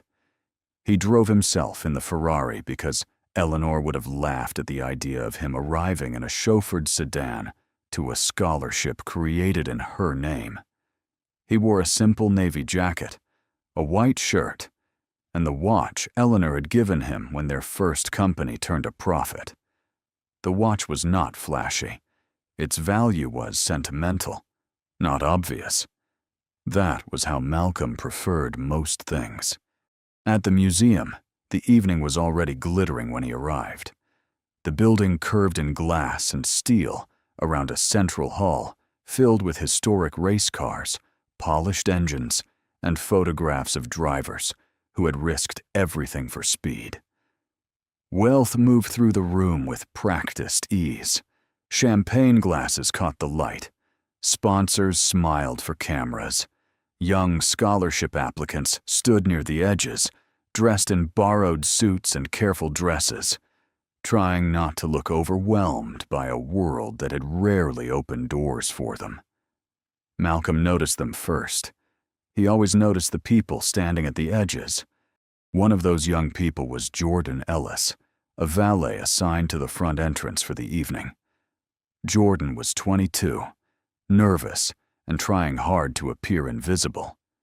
3 years earlier, he had been one bad month away from dropping out of a technical training program when an anonymous grant paid his tuition balance. He never learned the donor's name, only that the grant came from a trust connected to automotive education. What Jordan did not know yet was that the man stepping out of the red Ferrari was the reason he had a uniform, a job, and a future still within reach. Jordan recognized the car before he recognized the man. Everyone did. The Ferrari seemed to gather attention as naturally as fire gathers heat. Malcolm handed over no performance, no boast, no demand for special treatment. He simply greeted Jordan with respect, asked whether the staff had been given a place to eat during the long event, and waited for the answer with the seriousness of someone who considered that question important. Jordan was so startled by the courtesy that it took him a moment to respond. Most guests treated valet workers as extensions of the curb. Malcolm treated him as a person whose comfort mattered. That small exchange might have passed unnoticed if Vanessa Caldwell had not been standing near the entrance, preparing for a photographer. She saw the Ferrari first, then Malcolm, then Jordan's uncertain expression. In the space of a few seconds, her mind arranged those details into the only story her prejudice could accept. The car was too rare. The man was too understated. The valet looked too nervous. And the gala was too important for her to risk embarrassment. Vanessa did not approach like a host welcoming a donor. She approached like a property owner finding a stranger near the silverware. Malcolm saw the change in her face before she spoke. He had seen it in boutiques, hotels, boardrooms, country clubs, and once in the lobby of a bank that held more of his money than the manager earned in a decade. It was the look of someone deciding that evidence was unnecessary because assumption felt more natural. Vanessa asked for proof before she asked for his name. She looked at his jacket, then at the Ferrari, then at the gathering crowd, as though she were protecting civilization from a clerical error. Malcolm could have ended the moment there. He could have given his full name, called the board chair, or let one of the wealthiest families in the city learn within seconds who he was. But he had not come to the gala to perform power. He had come to watch what Caldwell had become when it believed he was absent. So he did what he had done for most of his life. He stayed calm, offered the simplest truth, and watched carefully to see who would choose fairness when fairness was inconvenient. Vanessa failed that test almost immediately. Vanessa Caldwell had spent her career learning how to turn uncertainty into authority. She knew that in wealthy spaces, the person who sounded most offended often controlled the room. So when Malcolm Reed calmly explained that the Ferrari belonged to him, she treated his calmness not as evidence of innocence, but as arrogance. She insisted that the vehicle matched one recently serviced by Caldwell Prestige Motors, and because her company had sponsored the gala, she claimed a responsibility to protect its assets, its reputation, and its guests. The words sounded professional enough from a distance. Up close, They were something uglier, wearing a tailored suit. Malcolm listened without interruption. That made people uneasy. A guilty man, they expected, would panic. An innocent man, they assumed, would defend himself loudly. Malcolm did neither. He stood beside the Ferrari with the stillness of someone who had learned long ago that raising his voice would only make certain people feel justified in fearing him. He removed the registration card from a leather folder and offered it to Vanessa. She glanced at it only long enough to dismiss it. The name on the paperwork did not satisfy her, because it did not match the story she had already chosen. Eleanor Reed Memorial Trust meant nothing to her except another obstacle between her accusation and the public victory she wanted. The crowd grew thicker. Guests who had come to celebrate charity now lingered for scandal. A few recorded openly. Others pretended to check messages while angling their phones toward Malcolm's face. This was how humiliation multiplied in the modern world. It no longer needed a courtroom or a newspaper. It needed only a confident liar, a silent crowd, and a camera hungry enough to turn a human being into content before the truth had time to breathe.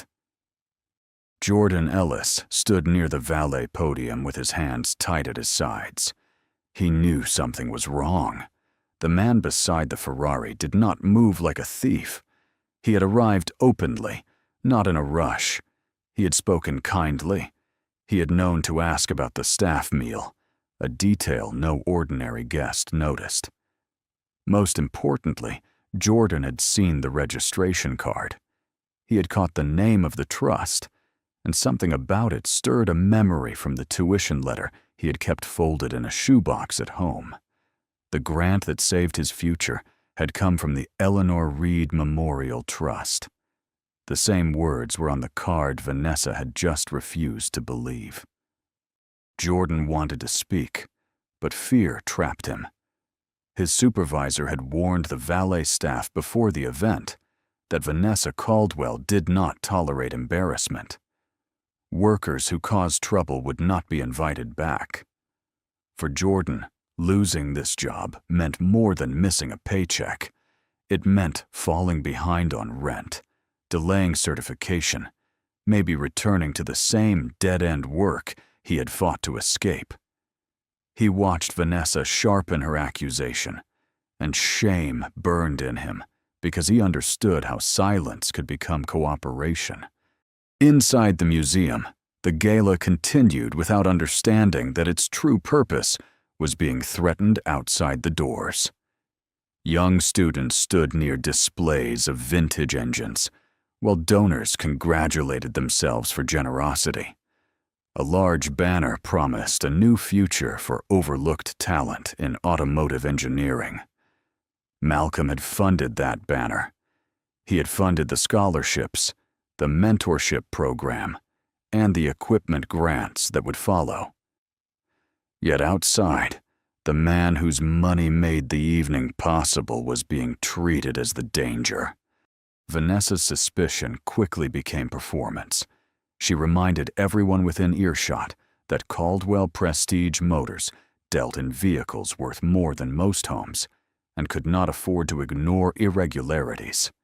She emphasized that the Ferrari was a rare model, that criminals often targeted events like this, and that responsible leadership required swift action. Every sentence made her sound less like a woman seeking truth and more like someone auditioning for applause. The fact that Malcolm remained composed only irritated her further. She needed him to look guilty. She needed fear in his eyes. She needed the crowd to see what she believed she saw. When museum security arrived, Vanessa did not present uncertainty. She presented conclusion. She described Malcolm as an unauthorized individual attempting to take control of a high-value vehicle connected to her company. The words were careful, polished, and poisonous. They avoided the crudeness of open prejudice while carrying the same conclusion. This man didn't belong here, and therefore his ownership must be impossible. Malcolm again offered documentation. Again, Vanessa's certainty moved faster than anyone's willingness to verify. Security asked Malcolm to step away from the vehicle. He did. That small act of cooperation seemed to disappoint the people waiting for drama. He did not reach into his pocket suddenly. He did not challenge them with anger. He simply stepped back, folded his hands, and asked that the documents be checked before anyone treated an assumption as fact. One guard looked embarrassed. Another looked toward Vanessa, as though her title mattered more than the paperwork in Malcolm's hand. That glance told Malcolm almost everything he needed to know about the culture she had created. Vanessa noticed it too. Power teaches some people to recognize hesitation and punish it before it becomes courage. She pressed harder, reminding the guards that the entire gala was under media coverage and that any delay could become a reputational disaster. What she did not mention was that she had already created the disaster. In her mind, reputation meant controlling how things looked, not whether they were right. The first police car arrived 10 minutes later. To the crowd, it felt like confirmation. People who had been unsure now adjusted their faces into expressions of concern. Police lights have a way of turning suspicion into a script, and once that script begins, many people stop asking who wrote it. Malcolm watched the officers approach. He had known this possibility from the moment Vanessa raised her voice. He had also known that his wealth, his documents, and his education might not protect him quickly enough if the wrong person decided that his calmness was defiance. The lead officer, Daniel Price, was not cruel in the theatrical way Vanessa was cruel. His danger was quieter. He arrived with the fatigue of a man who believed he had seen enough to trust shortcuts. Vanessa gave him her version first. She did it quickly, confidently, and with just enough corporate language to sound credible. She described the Ferrari as possibly stolen from company custody, Malcolm as evasive, and the registration paperwork as suspicious. By the time Malcolm was invited to explain, he was no longer a man beside his own car. He was a suspect, attempting to overcome a story already planted. Malcolm handed over his identification and the registration card. Officer Price studied them, then studied Malcolm, then looked at Vanessa. That sequence mattered. The documents should have been the center of gravity. Instead, the officer's eyes kept returning to the woman in the expensive dress, who seemed so certain. Malcolm recognized the old imbalance. Paper was supposed to speak equally for everyone, but in the real world, paper often needed a powerful person to read it honestly. Vanessa grew bolder when she sensed the officer's uncertainty. She claimed there had been internal alerts about inventory irregularities at a Caldwell service facility. That part was not entirely false, which made the lie more dangerous. There had been irregularities, but they were not caused by Malcolm.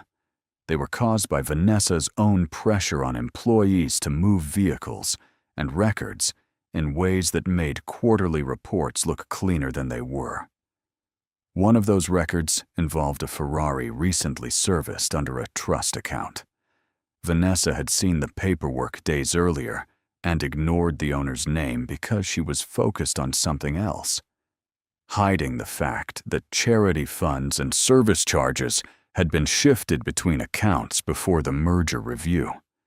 The Ferrari, in other words, was not evidence of Malcolm's crime. It was evidence of Vanessa's panic. But no one outside the museum knew that yet. All they saw was a black man being questioned beside a car they assumed belonged to someone richer, louder, and more expected. Officer Price asked Malcolm why he had come to the event. Malcolm explained that he had been invited. Vanessa challenged that immediately, claiming she had personally reviewed the VIP list and did not recall seeing his name. She made memory sound like proof. Malcolm did not argue. He simply provided the digital invitation stored on his phone. Vanessa leaned in, saw the donor access credential, and for the first time a flicker of concern crossed her face. It disappeared quickly, but Malcolm saw it. The credential did not list him as Malcolm Reed. It listed him under the name of the trust. That was by his own design. For years, he had preferred the work to be recognized, not the man behind it. But now the privacy that had protected his peace gave Vanessa room to attack him. She suggested the invitation could have been obtained improperly. She suggested the trust name could be used as cover. She suggested anything that kept her from admitting the simplest possibility, that she had been wrong from the beginning. A younger officer asked whether someone from Caldwell's headquarters could verify the service records. Vanessa answered before Malcolm could. She insisted that she was the highest-ranking Caldwell executive present, and that her judgment should be sufficient until the vehicle could be impounded. The word impounded moved through the crowd like a spark. Phones lifted higher. Jordan's face tightened. Malcolm looked toward the Ferrari, not because he feared losing it, but because the thought of that car being dragged away under suspicion felt like an insult to Eleanor's memory. He remembered the day the Ferrari arrived. He had stood alone in the delivery room, while the dealer representative explained features Malcolm already understood better than he did. The car had gleamed beneath the lights, but Malcolm had not touched the steering wheel right away. He had placed his hand on the seat beside him, imagining Eleanor there, teasing him for pretending not to be emotional. He had whispered nothing aloud. He had only breathed through grief and gratitude until both became too large to separate. Now Vanessa was turning that memory into evidence of theft, and the cruelty of it settled deeper than her words. Still, Malcolm remained calm.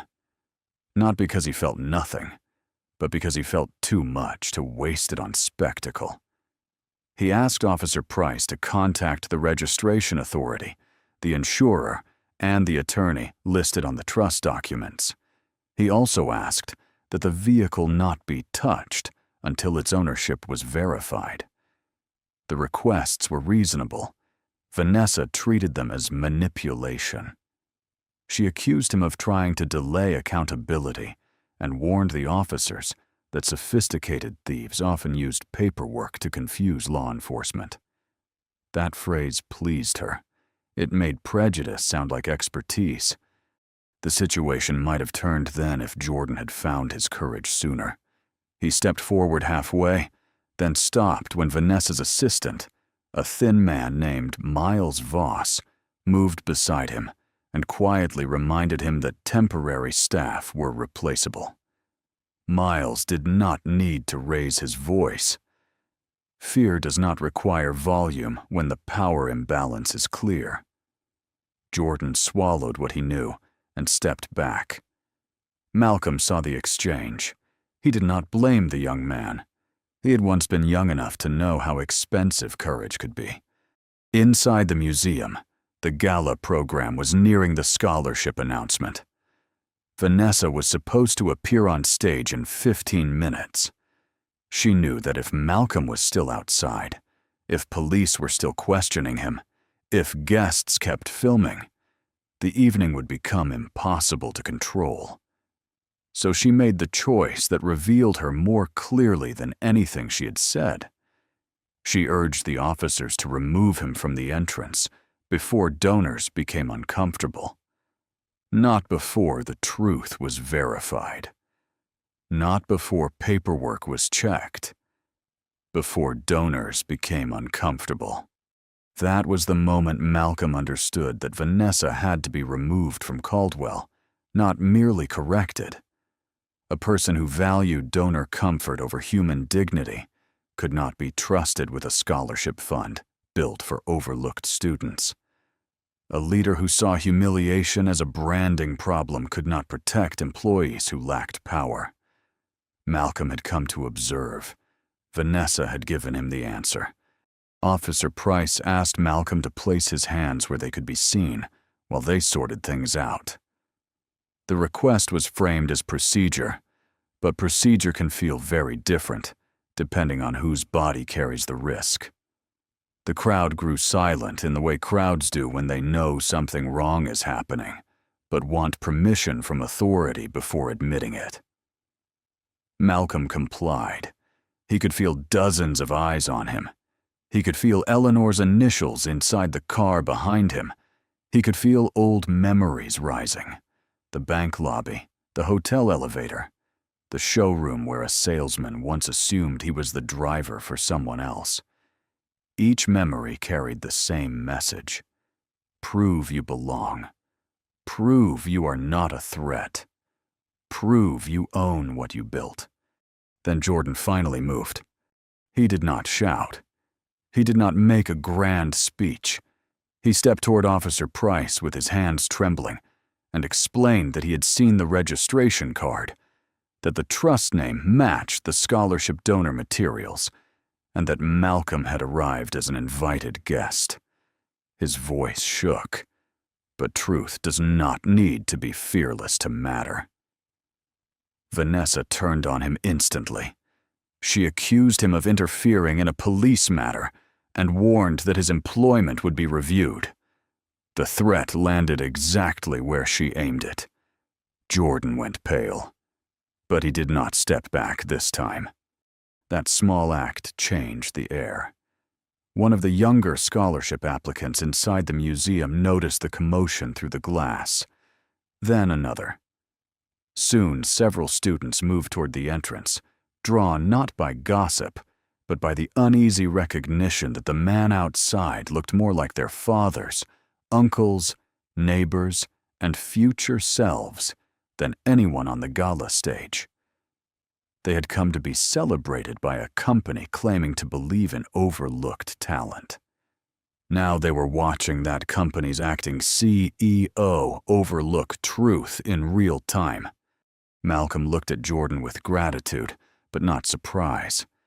Courage often begins as a whisper. He knew that. He also knew Vanessa would punish the young man if she survived the night with power intact. So Malcolm made one final request, this time not to the officer, but to the process itself. He asked that his attorney be contacted immediately and that the board chair of Caldwell Prestige Motors be informed that the trust's representative was being detained at the entrance of the event, funded by that same trust. Vanessa laughed at the phrase "trust's representative," not loudly, but with enough contempt for those closest to hear. She thought Malcolm was dressing himself in legal language to escape consequence. She did not understand that he had just given her one last chance to pause before stepping over the edge. Officer Price, still unsure but increasingly aware that the situation was more complicated than Vanessa had claimed, allowed Malcolm to make a call. Malcolm did not call a friend to rescue him emotionally. He called Amina Pierce, the attorney who had protected his interests for 15 years and who had warned him that Vanessa Caldwell's ambition had finally become dangerous. He gave her only a few calm details: the museum entrance, the Ferrari, the attempted impound, the presence of police, and Vanessa's refusal to verify ownership. Amina did not need more.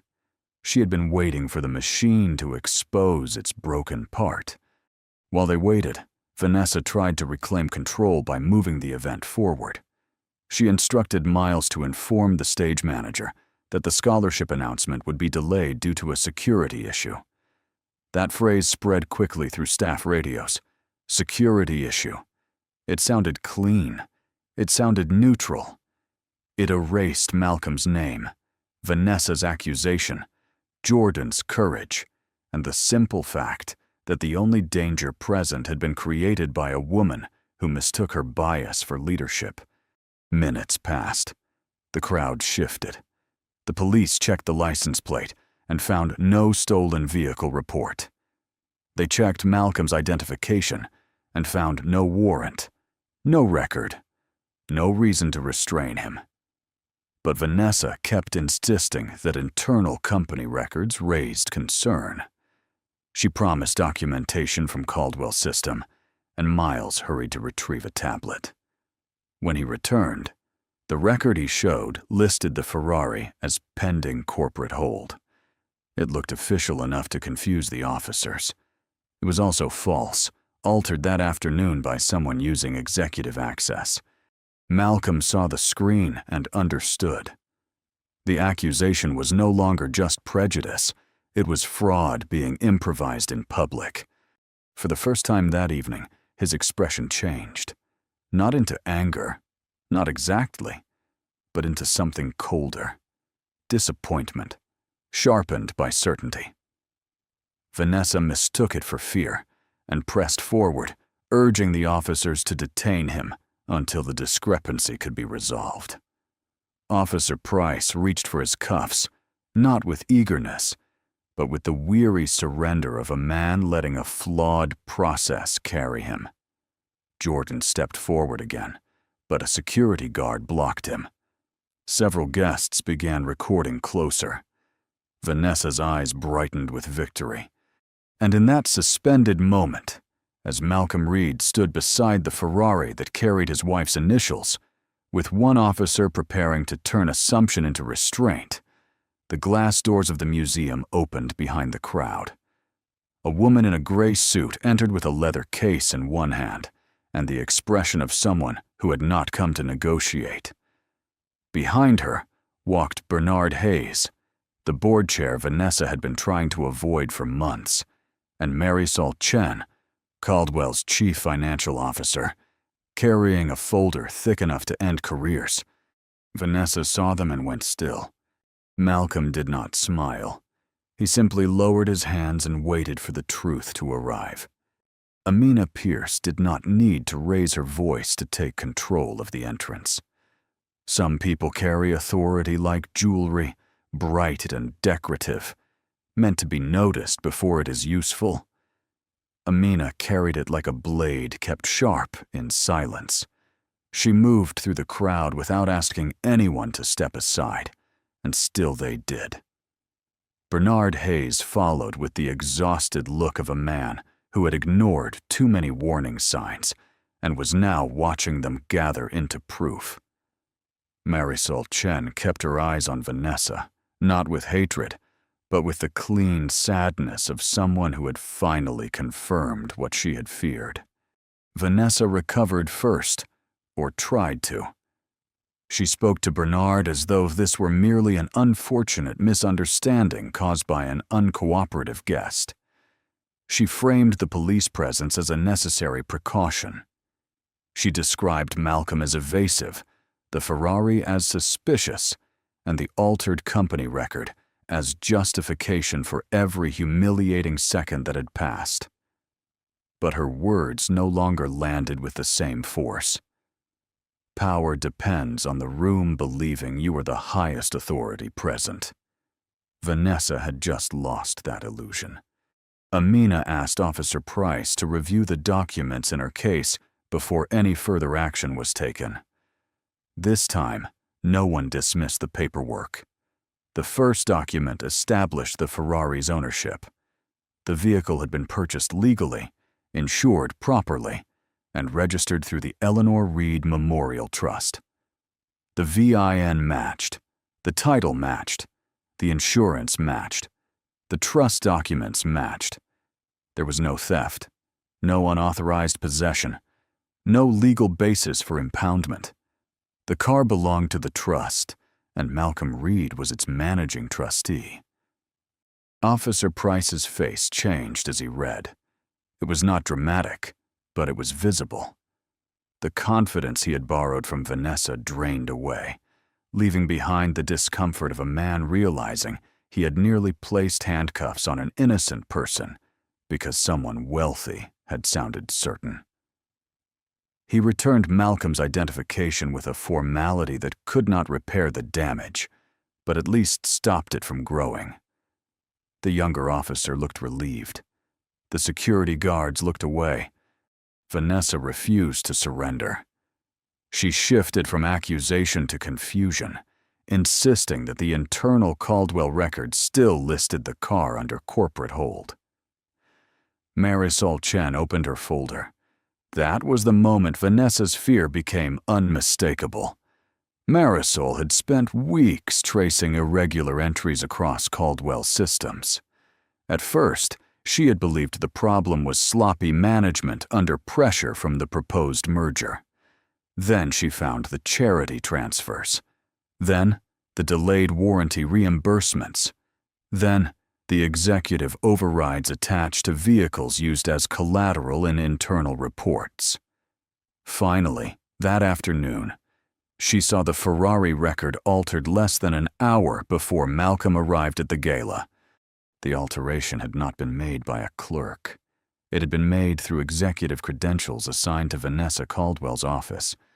The crowd did not understand every technical detail, but they understood enough.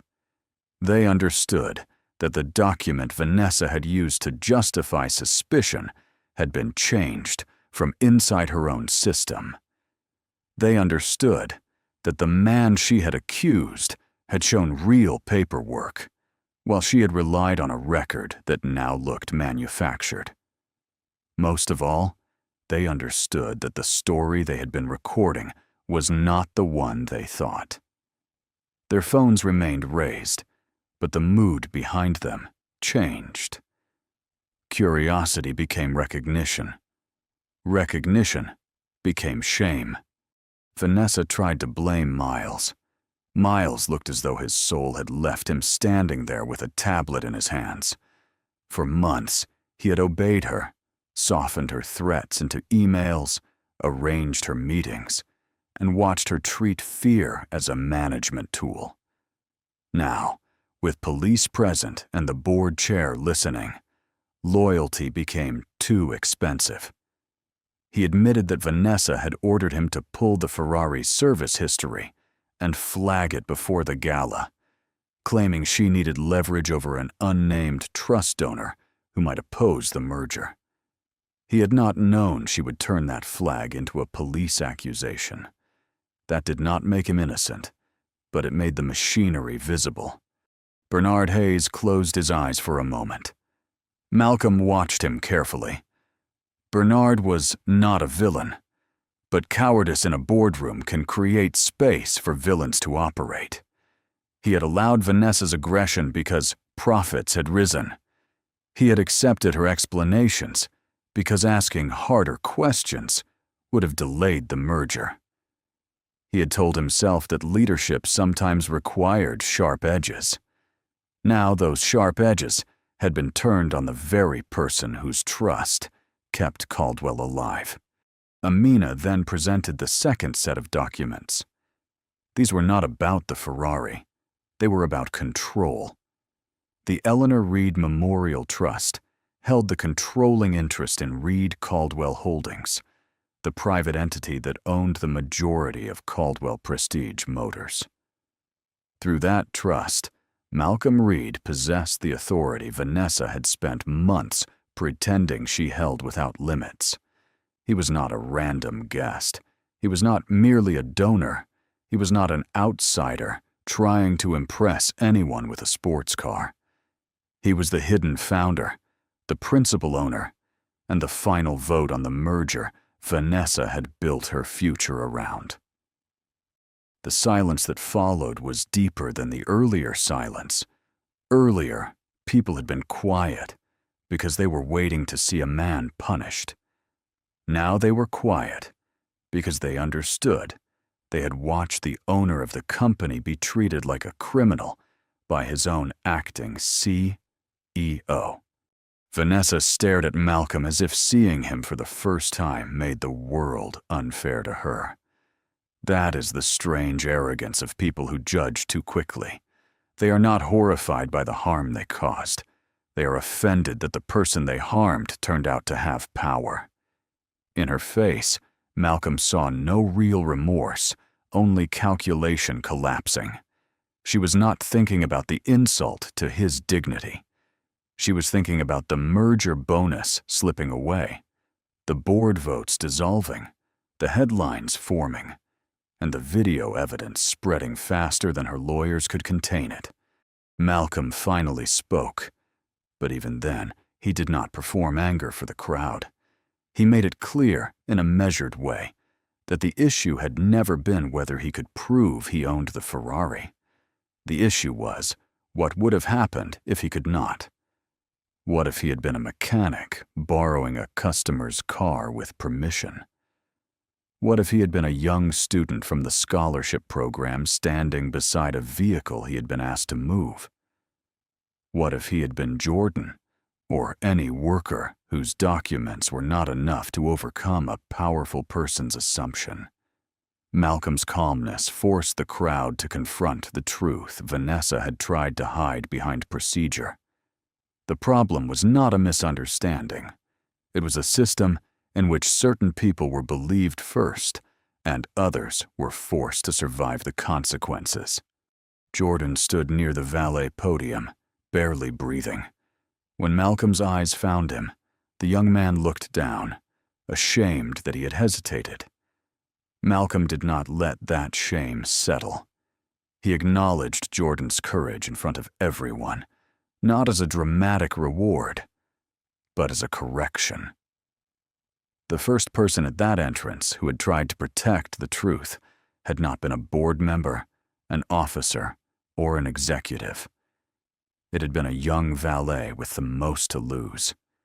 That fact embarrassed the powerful more than any speech could have. Vanessa attempted one last defense. She claimed she had acted out of concern for company property, but that argument collapsed under its own weight. Amina reminded the officers and the board that concern for property did not explain why Vanessa ignored valid registration, threatened a witness, pushed for impoundment before verification, or used an altered internal record. Marisol added the financial findings.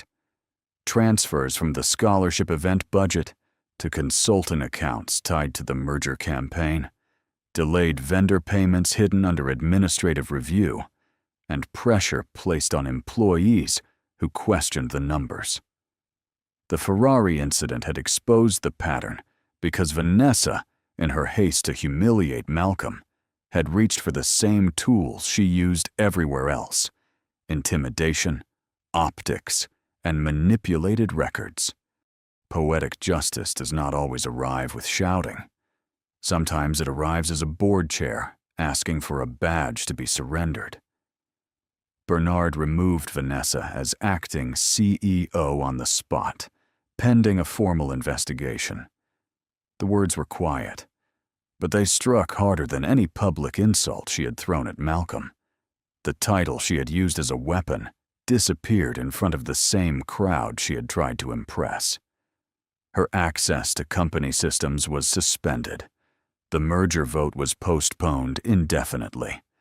The police opened a separate inquiry into the altered record, and the charity fund she had treated as a branding tool was placed under independent protection by the trust she had mocked. Vanessa's face hardened as she realized there would be no graceful exit. Minutes earlier, she had wanted Malcolm removed from the entrance so donors would not feel uncomfortable. Now donors watched as she was escorted away from the gala she had planned to dominate. She had accused Malcolm of not belonging beside the Ferrari. In the end, she was the one who no longer belonged in the building. The same cameras she had welcomed for publicity captured her fall. The same crowd she had tried to command stepped back from her, as though arrogance itself had become contagious. Malcolm did not celebrate. That disappointed some people watching, but it revealed the difference between justice and revenge. Revenge would have demanded humiliation equal to the humiliation Vanessa had attempted. Justice required something more difficult and more lasting. Malcolm wanted the company repaired.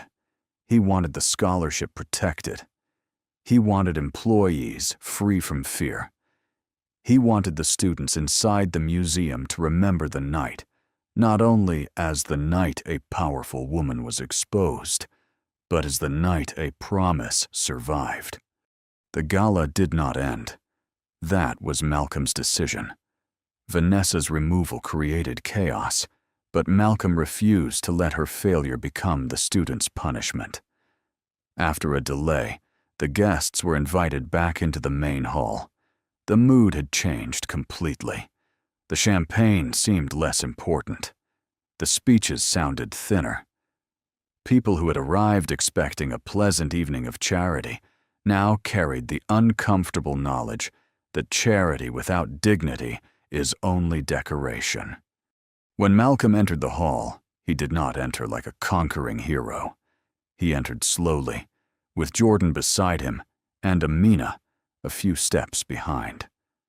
The red Ferrari remained outside under the lights, no longer a symbol of suspicion, but of everything people had failed to see. Inside the museum, the scholarship applicants watched him with a different kind of attention. Earlier, some had wondered whether they belonged in such a polished room. Now they had seen the man who funded the room nearly thrown out of it. The lesson was painful, but it was also powerful. Belonging, they learned, is not always granted by the people guarding the door.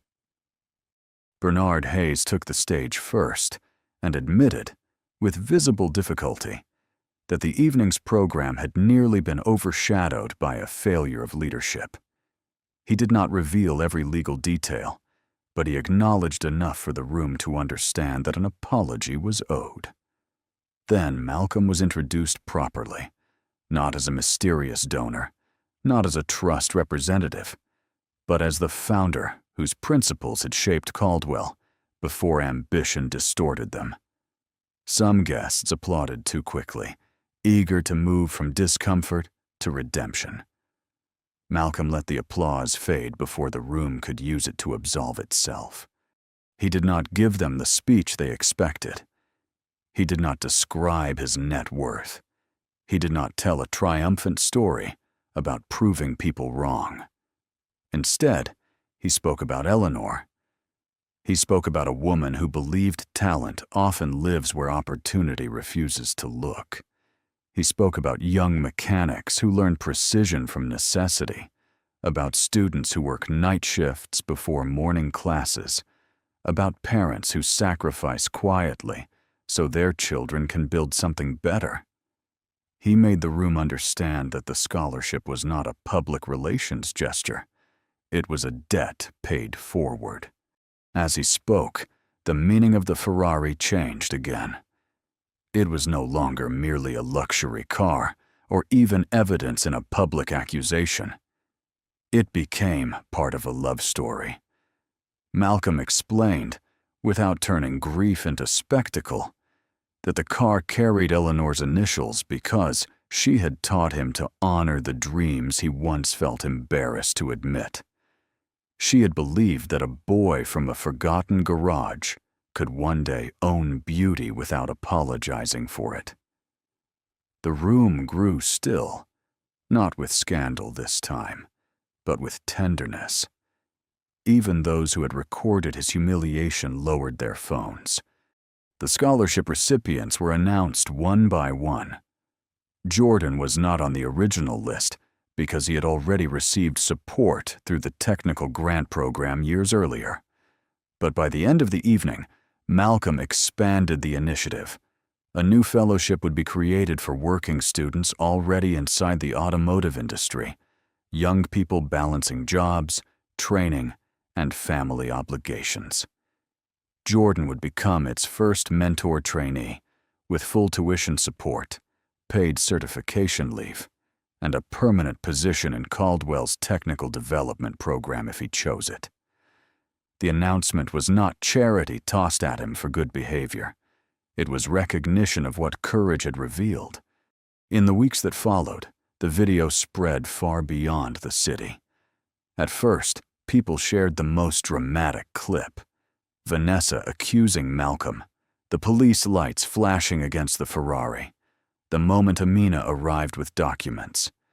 But as longer footage emerged, the conversation changed. Viewers noticed Jordan trying to speak. They noticed Malcolm offering paperwork again and again. They noticed how quickly the crowd believed suspicion when it was spoken by someone expensive. The story became bigger than a Ferrari, bigger than a CEO losing her title, bigger even than one man's vindication. It became a mirror. Caldwell Prestige Motors underwent a reckoning. Malcolm did not burn the company down. He rebuilt its foundation in public. The proposed merger was canceled. An independent audit confirmed misuse of event funds and improper manipulation of internal records. Vanessa faced civil claims, regulatory scrutiny, and the permanent collapse of the image she had curated so carefully. Miles cooperated with investigators and was dismissed from his role. Bernard Hayes resigned from the board after admitting that oversight had failed under his leadership. Marisol Chen was appointed interim president, not because she was flawless, but because she had chosen the truth when silence would have protected her career. The company changed in ways that mattered. Employees received a protected channel for reporting misconduct. Valet workers, porters, mechanics, and junior staff were included in dignity and escalation policies that were not just printed in handbooks, but enforced. Customer contracts were rewritten in plain language. Warranty claims were reviewed. The scholarship fund was expanded and placed under a separate board that included educators, technicians, and former recipients. Malcolm insisted that the people most often ignored by luxury businesses should have a voice in how those businesses measured integrity. As for the Ferrari, Malcolm kept driving it, but not often. He brought it to the museum once each year for the scholarship ceremony, parking it not behind velvet ropes, but near the student entrance, where young people could see it up close. He allowed them to ask questions about the engine, the design, the balance between power and control. He loved those questions because they came from curiosity, not envy. He wanted them to understand that beauty did not belong only to those born near it. It could be studied, built, earned, and honored. 1 year after the incident, a small plaque was installed at the Meridian Auto Museum beside the scholarship wall. It bore Eleanor Reed's name, Malcolm Reed's name, and a sentence simple enough to be remembered by everyone who passed it. It said that dignity is the first door opportunity must open.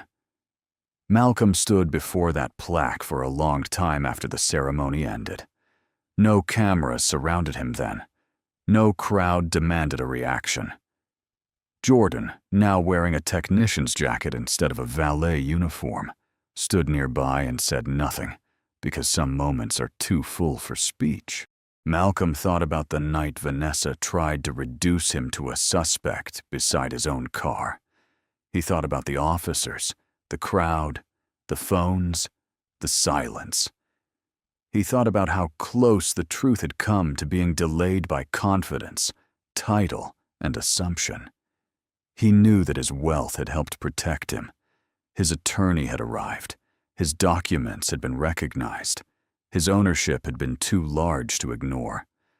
But he also knew that many people never get that kind of rescue. Their truth is smaller on paper, easier to dismiss, and less profitable for strangers to defend. That knowledge kept him humble. It also kept him working. Vanessa eventually faded from headlines, though consequences followed her longer than attention did.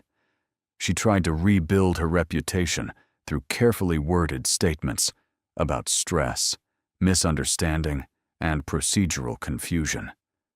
But the public had seen too much. More importantly, investigators had seen enough. The world she had built out of image could not survive contact with evidence. For a woman who had valued reputation above character, the punishment was brutally fitting. She had spent years polishing a name while neglecting the truth beneath it. In the end, the name tarnished exactly where the truth had been ignored. Malcolm never said he forgave her publicly. He also never let bitterness become his legacy. Eleanor had taught him that justice should protect the future, not merely punish the past. So he chose to build. He built scholarships. He built protections. He built a company where a young worker could challenge an executive without risking everything. He built the kind of door he wished had opened more easily when he was young. And the red Ferrari remained what it had always been, no matter what Vanessa tried to make it. Not proof of arrogance, not an invitation to envy, not a symbol that one man had become better than anyone else. It was a promise kept. It was a reminder that a boy who once fixed engines under weak garage lights had lived long enough to honor the woman who believed in him. It was also a warning to anyone who judged ownership by appearance, intelligence by accent, dignity by clothing, or worth by the comfort of their assumptions. Because sometimes the quiet man beside the car is not lost. Sometimes he is not lucky. Sometimes he's not trying to impress anyone at all. Sometimes he is the one who built the road, paid for the lights, opened the doors, and still waits patiently to see who will treat him with respect before they know his name. So the next time you see someone standing where you do not expect them to stand, pause before you turn your assumption into a sentence over their life.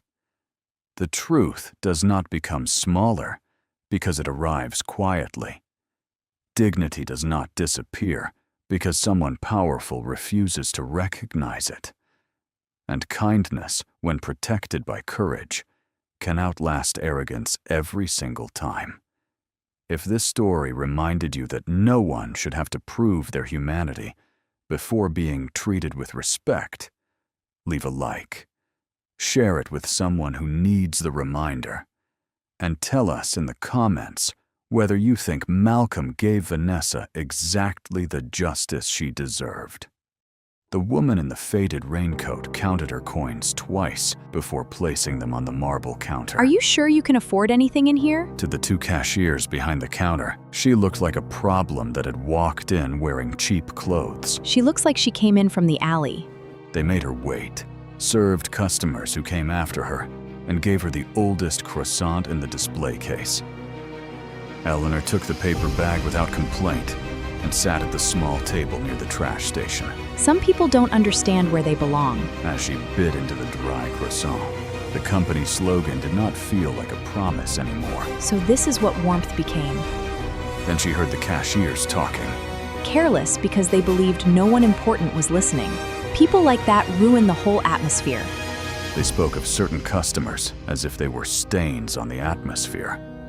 We should put her on the list before she comes back. They had created a quiet system for making certain customers feel unwelcome enough to stop returning. The wrong people need a little push out the door.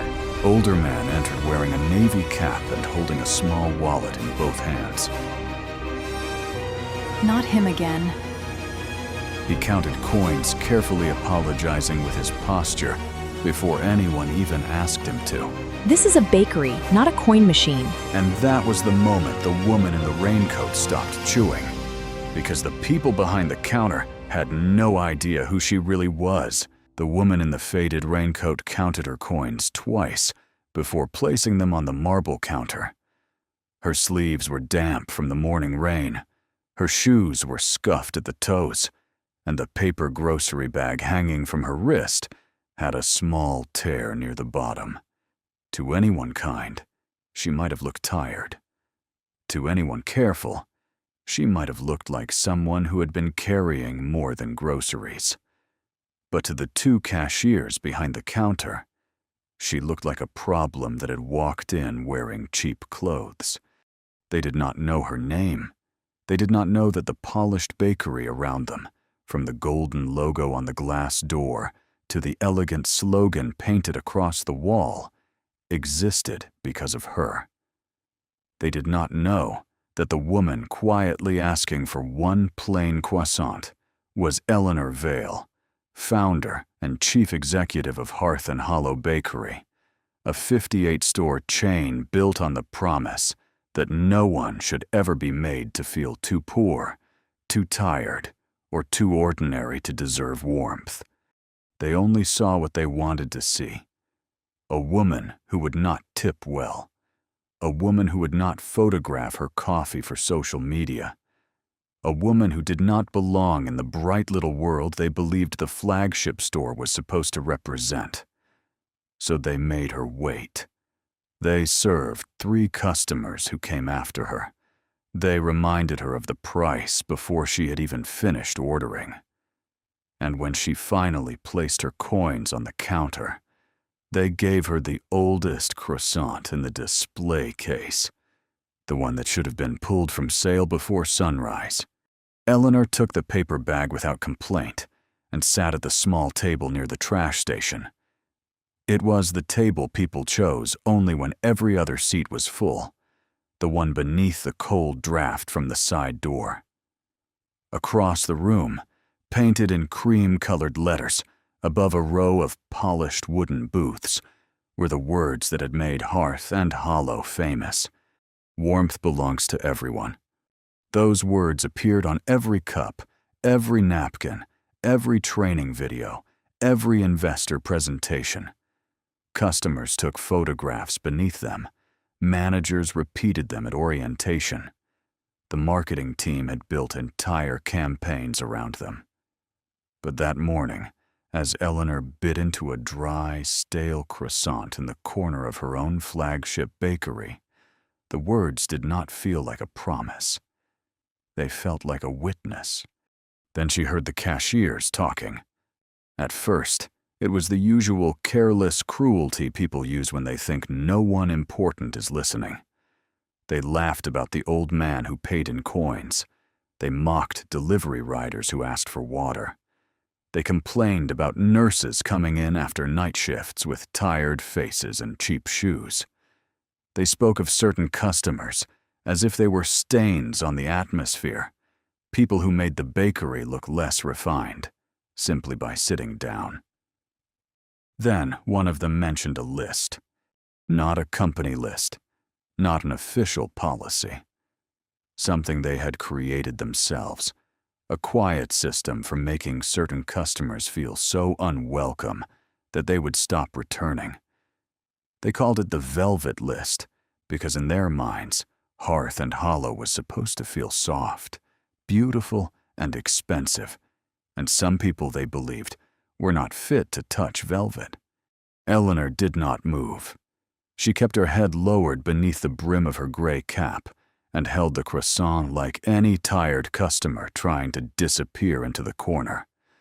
But every sense in her body had sharpened. Years in boardrooms had taught her how to sit still while people revealed more than they meant to. She had heard lies dressed as strategy, cruelty dressed as standards, and theft dressed as efficiency. But what she heard next made her freeze.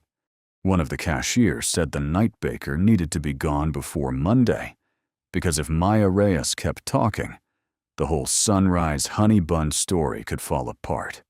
Maya Reyes. The name had appeared once in a report on Eleanor's desk, buried beneath phrases that had made the issue sound small. A difficult employee, a misunderstanding about credit, a resolved workplace conflict. At the time, Eleanor had almost trusted the summary. Almost. But now, sitting in disguise at a table no one respected, she understood something cold and simple. The reports reaching her office had not been telling the truth. They had been covering it. To understand why that moment mattered, you have to understand what Hearth and Hollow was before it became a brand. Before the 58 stores, before the soft lighting and seasonal pastries, before investors called it a premium community bakery concept. It began with a little girl and her mother standing outside a bakery window on a winter morning, looking at warm bread they could barely afford. Eleanor had been 8 years old then. Her mother had saved coins for 2 days to buy one sweet roll for her birthday. They were poor, but her mother wanted her to have 1 hour that felt special. They entered the bakery with wet shoes and shy smiles. The man behind the counter served them because their money was real enough to take, but he made it clear that they could not sit near the window.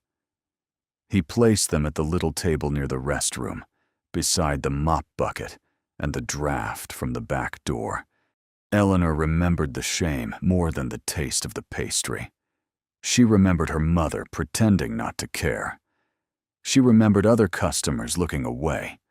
Most of all, she remembered realizing that a room could be warm for some people and cold for others, depending on who was allowed to feel welcome.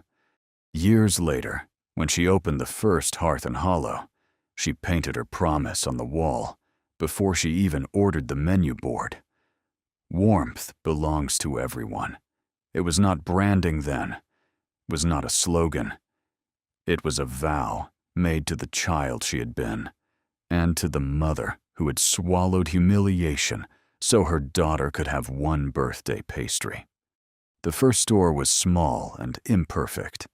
The chairs did not match. The counter had scratches. The original tip jar was an old blue ceramic jar painted with a little lighthouse. Eleanor baked before sunrise, served coffee at noon, washed dishes after closing, and learned the names of customers most businesses would have overlooked.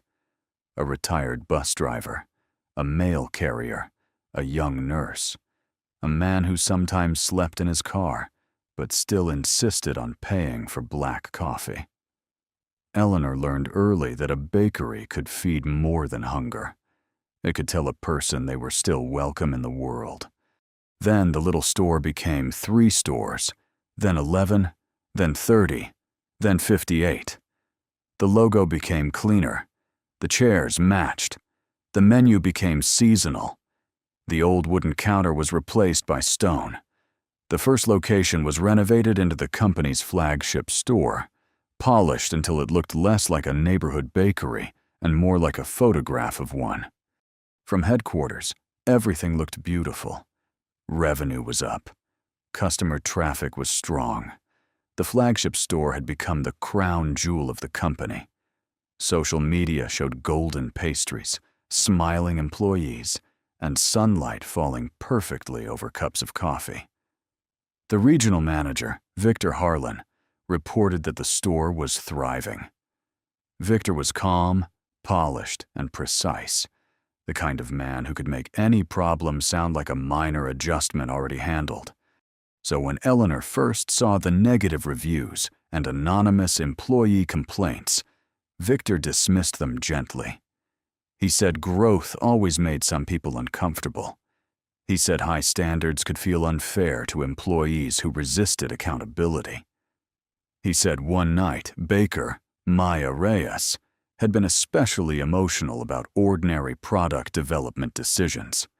He said the situation had been resolved through coaching. The phrase should have comforted Eleanor. Instead, it stayed with her. A few days later, an envelope arrived without a return address. Inside was a torn strip of apron cloth dusted with flour, a photocopy of a strange tip distribution sheet, and a scrap of parchment paper with one sentence written in blue ink. Ask who really bakes the sunrise buns. At the bottom was a tiny drawing of a lighthouse. Eleanor stared at that drawing longer than she expected to. It reminded her of the old blue tip jar from the first store, the one that had disappeared during renovation. Something about the envelope felt less like a complaint and more like a final attempt from someone who no longer trusted the official channels. So Eleanor stopped asking for reports. She went to see the truth herself. She bought the faded raincoat from a thrift store 2 neighborhoods away. She wore old shoes, a gray cap, and a delivery tote. She made herself look like someone the world was used to overlooking. Then, just after sunrise, she walked through the glass doors of her own flagship bakery as a stranger. The first thing she noticed was not open cruelty. It was performance. That made it worse. When a well-dressed couple entered ahead of her, Brielle Voss greeted them with a brightness so polished it seemed to sparkle. Brielle was the lead cashier, the face of the morning counter, beautiful in a sharp, curated way, with perfect hair and a smile that turned on instantly for the right kind of customer. Beside her, Kendra Pike laughed softly, offered samples, and made sure the couple knew about the limited edition glaze that had been trending online. Their warmth appeared instantly, like lights switched on for an audience. Then Eleanor stepped forward, and the lights went out. Brielle's eyes moved over the raincoat, the worn tote, the coins in Eleanor's hand. Something in her face hardened just enough for a person who had once been poor to recognize. Kendra became suddenly busy, wiping an already clean counter. The silence lasted just long enough to make Eleanor feel that asking for service was an inconvenience. That was how cruelty survived in places like this. Not always through shouting, not always through insults that could be quoted in a complaint.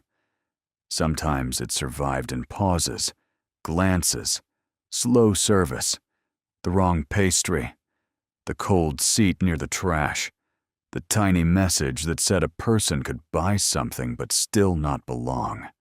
Eleanor stayed after receiving her croissant. She listened, she watched, and the longer she stayed, the uglier the pattern became.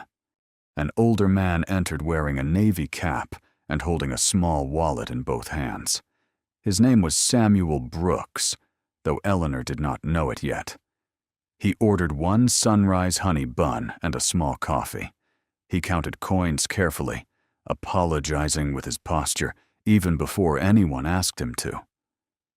Brielle's smile thinned. Kendra muttered that some people treated the register like a coin machine. The words were quiet enough to deny, but clear enough to wound. Samuel pretended not to hear. He looked once toward the table by the window, where morning light rested across the wood, then chose a seat closer to the back. Later, Eleanor would learn that Samuel had come to that same store every Friday morning with his wife, June, for 13 years. They had shared 1 honey bun and 2 coffees at the window table through retirement, illness, and the quiet narrowing of life. After June died, Samuel kept coming alone. Not because the bun was just a pastry, but because grief sometimes survives by repeating small acts of love. Brielle and Kendra did not know that, or worse, they did not care. To them, Samuel was simply another low-value customer, another name for the velvet list. Eleanor watched 2 nurses in wrinkled scrubs get told the restroom was for paying customers, even though they had already ordered. She watched a delivery rider wait, while customers who came after him were served first. She watched a construction worker quietly move away from the front seating area after Kendra made a comment about muddy boots, even though the floor was clean. None of these moments was dramatic enough to make the evening news, but together they formed a culture.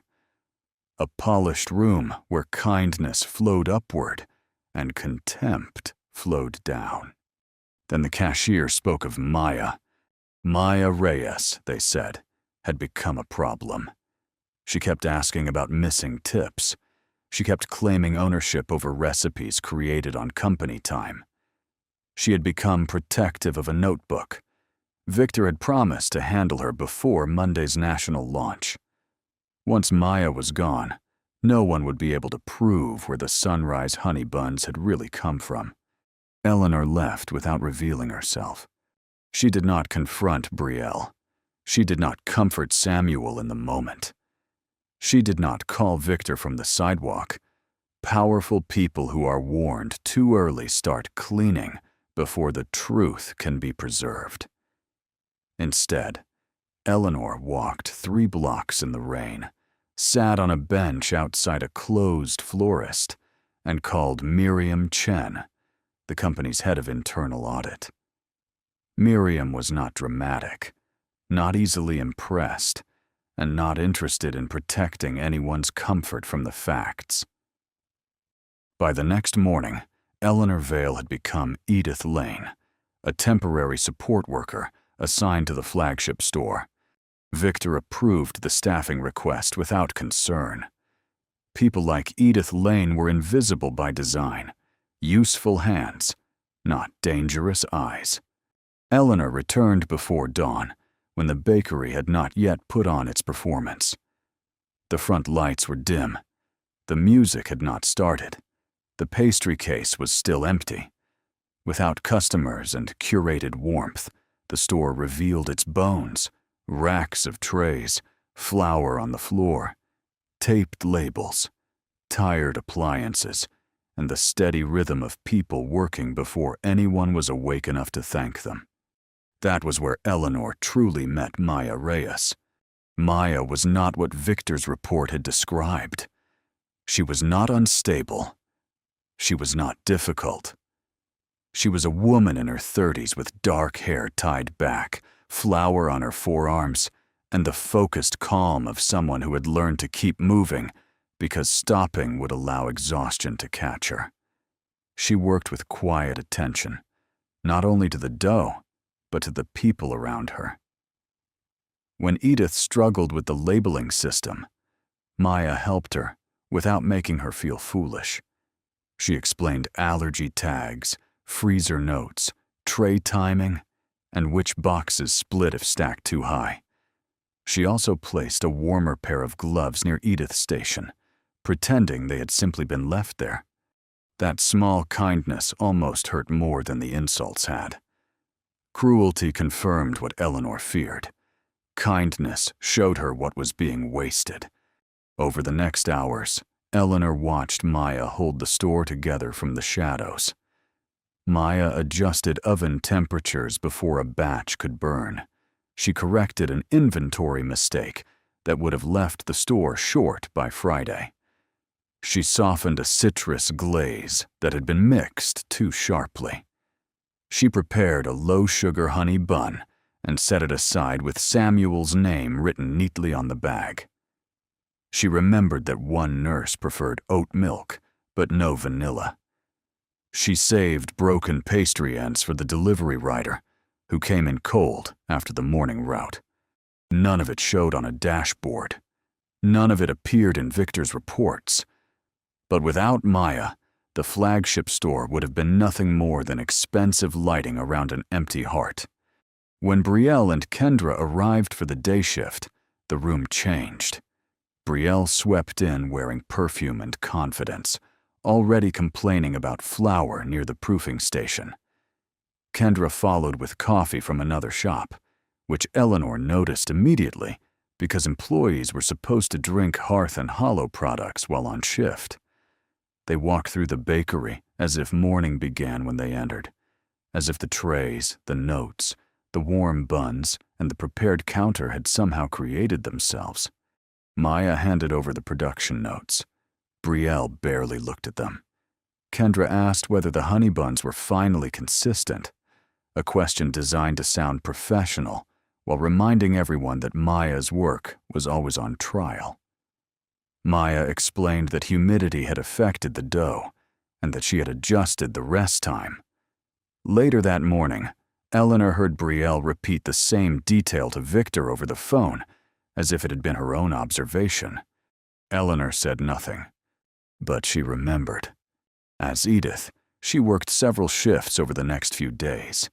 She wiped tables, unpacked deliveries, sorted sleeves, and listened. She learned that the official tip policy and the real tip practice were not the same. On paper, tips were shared among eligible hourly employees based on hours worked. In practice, Brielle and Kendra controlled a second calculation. They called it front weighting. They claimed that the people who shaped the guest experience deserved more. By that, they meant themselves. Night bakers, dish staff, prep workers, and cleaners received whatever remained after the front counter took its invisible cut. Sometimes the theft was cash removed before counting. Sometimes it was digital tips assigned under the wrong shift category. Sometimes it was a handwritten adjustment justified by customer-facing performance. The amounts were small enough to hide in daily noise, but over 14 months, small theft had become real money. For Brielle and Kendra, it meant extra spending money. For the workers they stole from, it meant delayed bills, cheaper groceries, and bus fare counted twice. Maya had noticed. She had filed complaints, but every complaint disappeared into Victor's office and came back labeled as resolved through coaching. The family connection came from a careless sentence. One evening, Kendra complained that Victor always protected Brielle because of family dinners. Brielle snapped at her to be careful where she said things, then reminded her that Victor was not technically her father. The word technically did not erase the truth. Miriam confirmed it the next day. Victor Harlan was married to Brielle's mother. He had supervised Brielle's promotions, closed complaints against her, and never disclosed the conflict of interest. Now the pattern was clear. Brielle was not simply arrogant. She was protected. Kendra was not simply cruel. She was useful to someone protected. And Victor was not simply negligent. He had built a locked gate around the truth. Still, the most important evidence was the notebook. Maya kept it wrapped in parchment and hidden inside an old flour tin in the storage room. Eleanor first saw it when Kendra nearly found it during a closing shift. Papers slid across the floor, and Eleanor helped gather them before anyone else could look too closely. She saw dates, sketches, ingredient ratios, customer notes, and small drawings of lighthouses in the margins. She saw early versions of the sunrise honey buns, notes about clover honey, oven temperature, texture, and how the glaze should catch the light without becoming sticky. She saw a sentence written beside one recipe. "Make it taste like morning is forgiving you." That sentence stayed with her. Miriam pulled Victor's national launch presentation that night. In it, Victor described the sunrise honey bun as a signature expression of morning comfort, designed to make morning feel forgiving. The wording was too close to be coincidence, and the dates were worse. Maya's drafts came months before Victor's proposal. He had not stolen only a recipe. He had stolen the language of her heart. The launch was scheduled for Monday. Victor arrived at the flagship on Friday afternoon, wearing a navy coat, polished shoes, and the calm expression of a man visiting property rather than people. The staff changed around him. Brielle became brighter. Kendra became useful. The shift lid stood straighter. Even the store seemed to perform for him.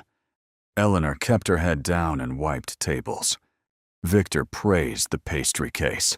He complimented Brielle on presentation. He talked about excellence, consistency, and protecting the Hearth and Hollow experience.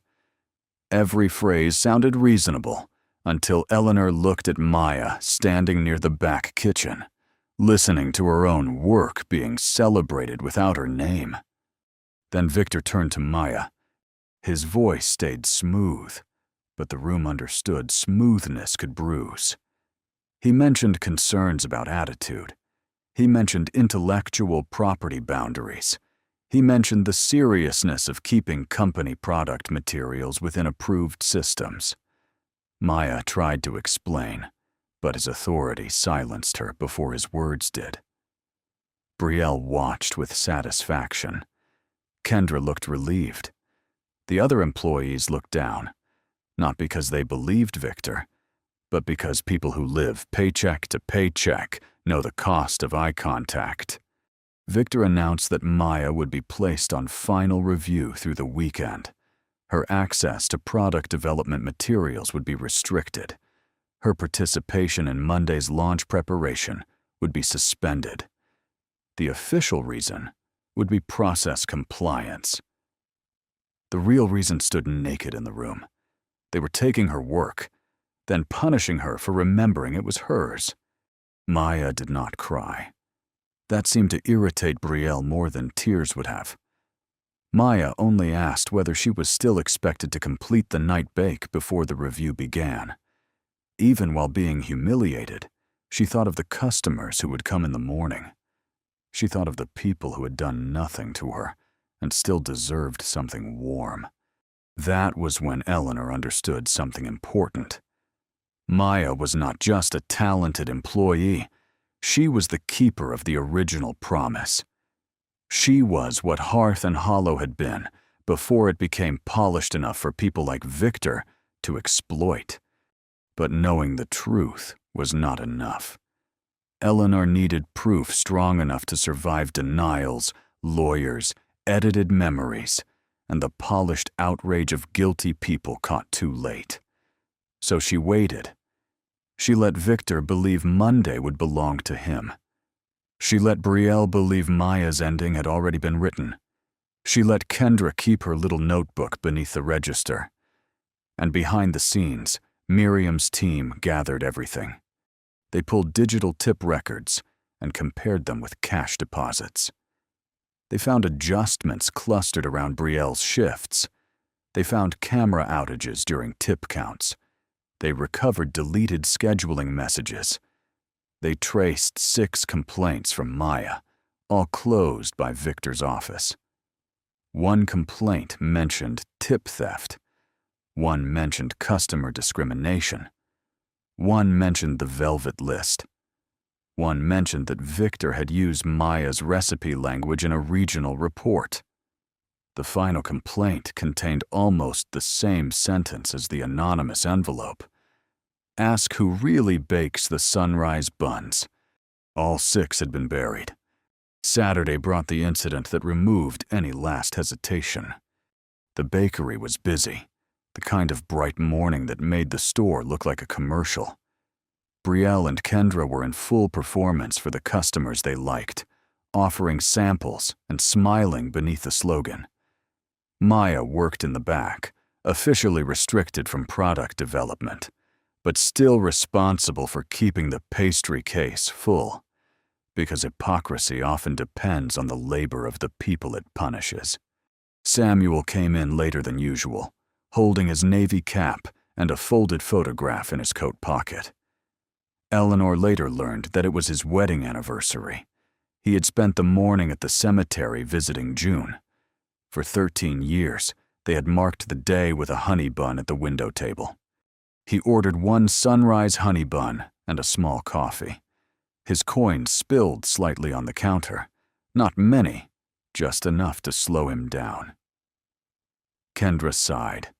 Brielle glanced toward the line behind him and suggested with cruel politeness that some customers might be more comfortable taking their orders to go when seating was limited.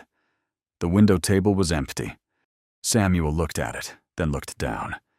Then Brielle did something Eleanor would never forget.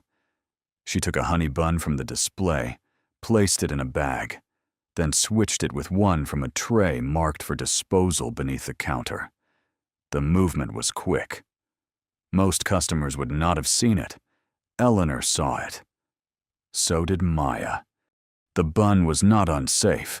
It was simply old, flattened, and unworthy of the price he paid.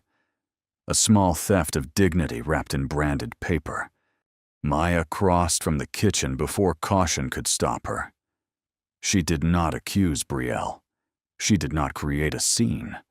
She simply took a fresh bun from the warm tray, placed it in a new bag, and made sure Samuel received that one instead. For one brief second, the bakery became what it was supposed to be. Samuel held the warm bag in both hands. His eyes filled quietly, not with drama, but with the surprise of a person who had braced for humiliation and received gentleness instead. He sat at the window table and placed the worn photograph beside his coffee. In it, a younger Samuel and June smiled over a shared pastry. Maya returned to the back. Brielle's face hardened. The punishment came after the rush. Victor arrived within an hour, which told Eleanor he had been waiting for an excuse. The staff gathered near the back counter. Victor framed the issue as insubordination. He said Maya had interfered with front-of-house service, undermined chain of command, and created confusion during peak volume. Brielle added her version with practiced sadness. Kendra supported every word. Maya stood alone. That was the part Eleanor would remember. Not Victor's lies, not Brielle's cruelty, not Kendra's eagerness. It was the silence of the others. The baker who knew Maya had saved entire shifts. The dishwasher who knew tips had gone missing. The junior cashier who had once cried in the freezer after Brielle mocked her accent. They all knew pieces of the truth, but fear held them still. Eleanor did not judge them easily. She had been poor enough to understand fear. But she also knew that silence is the soil where people like Victor grow strong. Victor told Maya that her employment would be reviewed Monday morning before the launch meeting. Until then, she was to surrender any personal notes related to bakery products, because company policy required product development materials to remain accessible to management. Maya's face changed for the first time. Not panic exactly, but a flash of terror. The notebook, her recipes, her proof. Everything they had taken from her had at least left fingerprints inside those pages. If Victor got the notebook, the last living record of the truth could disappear. Eleanor created a small distraction by knocking over a stack of empty pastry sleeves near the storage door. It was clumsy enough to be believable from an older temp worker. Kendra snapped at her. Brielle rolled her eyes. Victor looked annoyed. For 30 seconds, the room's focus shifted. That was all Maya needed. She slipped into the storage room and came out moments later, with her expression too controlled and her apron pocket slightly heavier. As she passed Edith, her hand brushed Eleanor's sleeve, and something small moved from one pocket to another. Later, in the restroom, Eleanor unfolded the scrap Maya had given her. It was not the whole notebook. It was a single torn page, the first draft of the sunrise honey bun recipe, dated 11 months before Victor's proposal.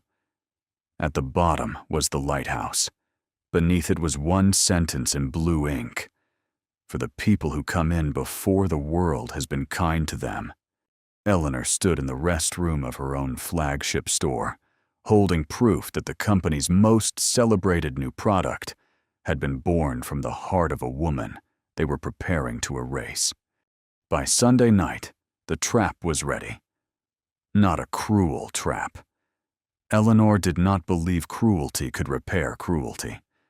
She believed in truth arranged so carefully that lies had nowhere left to stand. Miriam had the audit files. Legal had the employment records. Human Resources had been instructed to attend Monday's launch meeting without informing Victor why. The board's ethics chair had been quietly briefed. Camera footage had been preserved from cloud backups Brielle thought had failed. The digital tip logs had been matched against deposits. Deleted scheduling messages had been recovered. The anonymous envelope, Maya's torn recipe page, and Victor's presentation were placed in one folder. Still, Eleanor needed one more thing. Maya's notebook had to be protected before Victor could take it. She found Maya after closing, sitting alone on an overturned crate near the dry storage shelves. The ovens had cooled. The bakery lights were low. Without music, customers, or performance, the room felt almost like the first Hearth and Hollow again, back when warmth came from work instead of design. Maya looked exhausted in a way sleep would not fix. Eleanor sat nearby, still wearing Edith's raincoat. For a while, neither of them spoke. Sometimes trust cannot be rushed with questions. Sometimes the most honest thing one person can give another is enough silence to decide whether the truth is safe. Maya eventually explained that she wrote everything down because memory was easy for powerful people to challenge. She wrote down dates because managers changed stories. She sketched lighthouses beside recipes that felt important because her daughter liked lighthouses. Maya had once told her daughter that a lighthouse was proof that even in darkness, someone could choose to keep a light burning for people they might never meet. That was why she had painted one on the tip jar. The tip jar had been her small attempt to make the team feel shared. Back when she still believed shared effort meant shared reward, she brought in an old blue ceramic jar and painted a lighthouse on it after her daughter went to bed. Across the front, she wrote, "For everyone who keeps the light on." For a few weeks, people smiled at it. Then Brielle taped a note over Maya's words, limiting tips to day staff only. No manager removed it. No one wanted conflict. Over time, the paper yellowed at the edges, and unfairness became part of the counter. Maya said she had stopped expecting anyone to fix it. That sentence hurt Eleanor because it named the deepest failure of leadership. Not that wrong had happened. Wrong always finds a way into human systems. The failure was that a good employee had stopped believing the truth had somewhere to go. Eleanor wanted to reveal herself then. She wanted to tell Maya that Monday would not unfold the way Victor expected. But revealing too early might put Maya in a position she had not chosen. So she asked only whether the notebook was safe. Maya looked at her for a long time. Maybe part of her sensed that Edith was not just a temp worker. Maybe she was too tired to name the possibility. But finally, she reached behind a flower bin and removed the wrapped notebook. She did not hand it over immediately. Her fingers tightened around it. Eleanor understood. That notebook was not just evidence. It was Maya's voice in a place that had tried to speak over her. It held late nights, failed batches, customer notes, her daughter's little drawings, and the proof that she had existed as more than labor. Eleanor promised, without revealing everything, that no one who had stolen from her would be allowed to keep deciding what the truth was worth. Maya studied her face. Then slowly, she let the notebook go. Eleanor took it with both hands. Monday morning arrived bright and cold. The flagship store opened early for the regional launch meeting. The pastry case gleamed.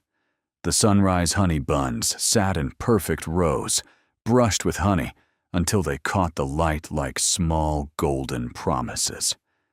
A banner announced the national rollout. Victor had arranged everything carefully.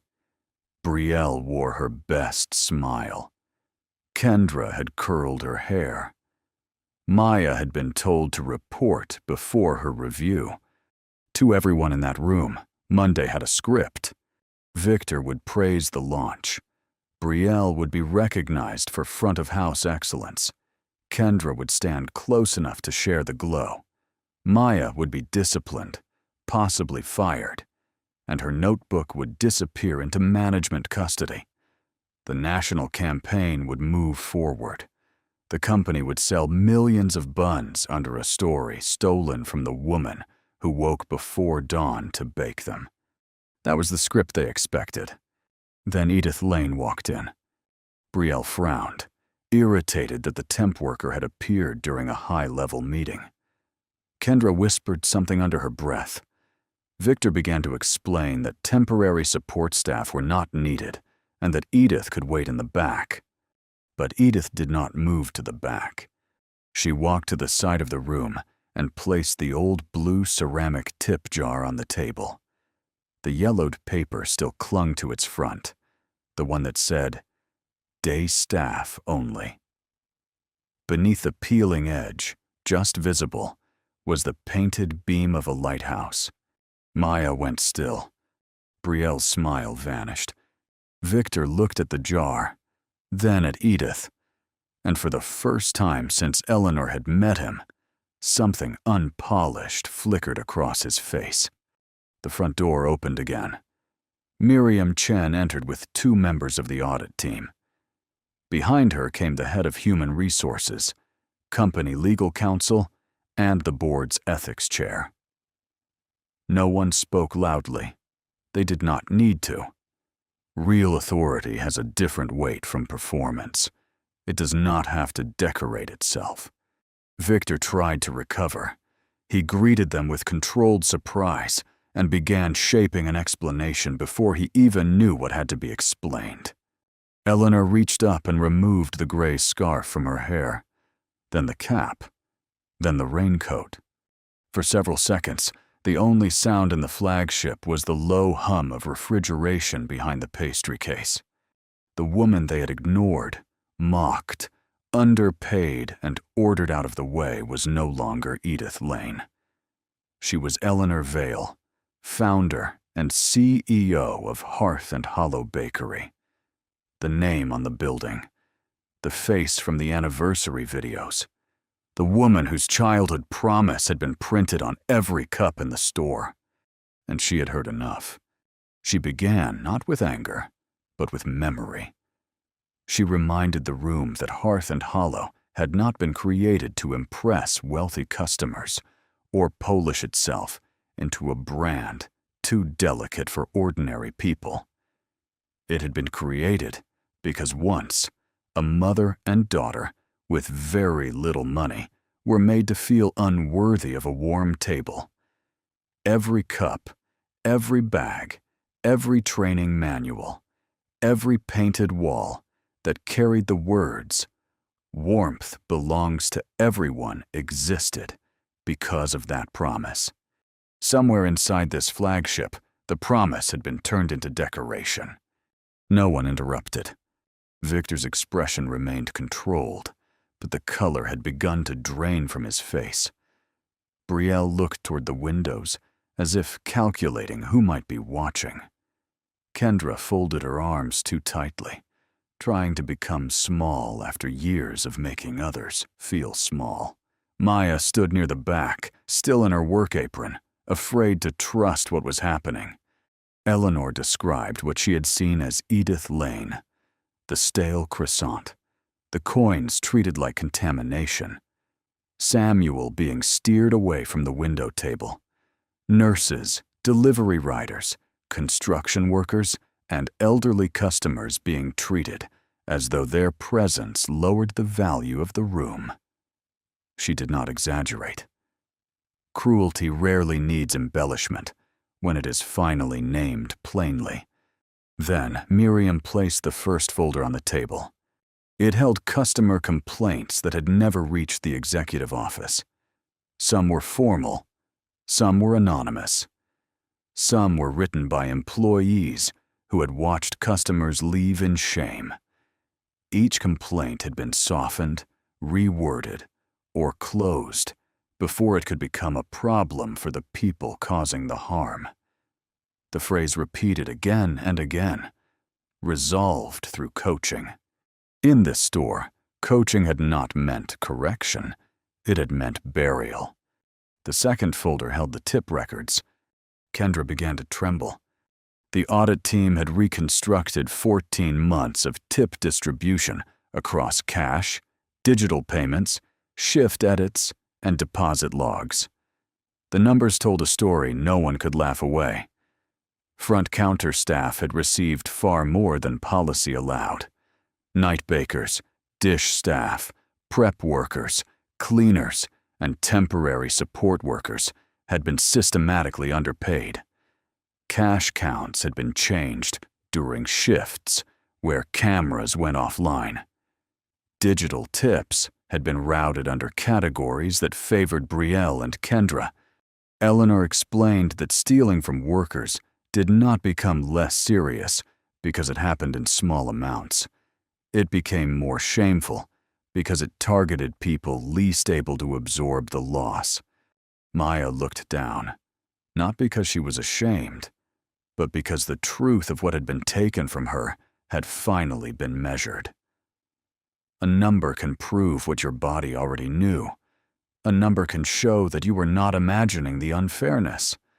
A number can turn months of quiet insult into evidence. Victor tried to step in. He began shaping the issue as an administrative breakdown, a training gap, a lack of clarity around policy. The words came easily, dressed in professionalism. But Eleanor knew the language of escape. She opened the third folder. This one contained the complaint trail. 6 formal complaints from Maya Reyes, one about tip distribution, one about discriminatory service, one about a delivery worker refused water, one about the velvet list, one about product ownership, one marked urgent, asking who really baked the sunrise buns. All 6 had been routed to Victor's office. All 6 had been closed before reaching Human Resources or the Ethics Board. Victor stopped speaking. There are moments when guilt becomes visible not through confession, but through the failure to keep pretending.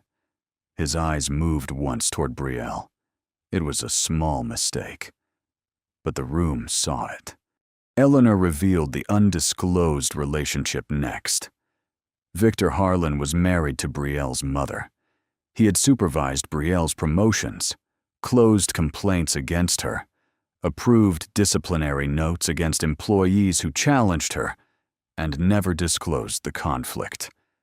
Nepotism might sound like an office rumor until the damage is placed beside it. Here, the damage had names: Maya, Samuel, the nurses, the delivery rider, the night bakers, the dish staff, the workers whose tips were shaved down while Brielle's authority grew. Brielle began to cry, but there is a difference between tears of remorse and tears of exposure. Remorse looks toward the people harmed. Exposure looks inward, toward what the guilty person is about to lose. Brielle's tears did not find Samuel. They did not find Maya. They turned back toward herself. Kendra tried to make herself smaller. She wanted the room to believe she had only followed Brielle, only repeated jokes, only done what the front counter culture demanded. Eleanor did not accept that. A person may not design a cruel system and still choose to enjoy it. Kendra had kept the velvet list beneath the register. Kendra had used it. She had helped decide who received slow service, old pastries, cold eyes, and shame disguised as atmosphere. Then Miriam placed the small notebook from beneath the register beside the tip jar.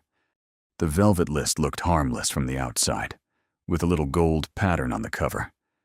Inside were descriptions and labels for customers the cashiers had chosen to discourage: coin man, raincoat woman, scrub ghosts, delivery kid, bench sleeper, slow widow. There were notes about who tipped badly, who paid in change, who took too long, who lowered the look of the room, who should be told seats were limited even when they were not. Samuel had been listed too, not by name at first, but by description. Old bus cap, window table, pennies, anniversary mornings.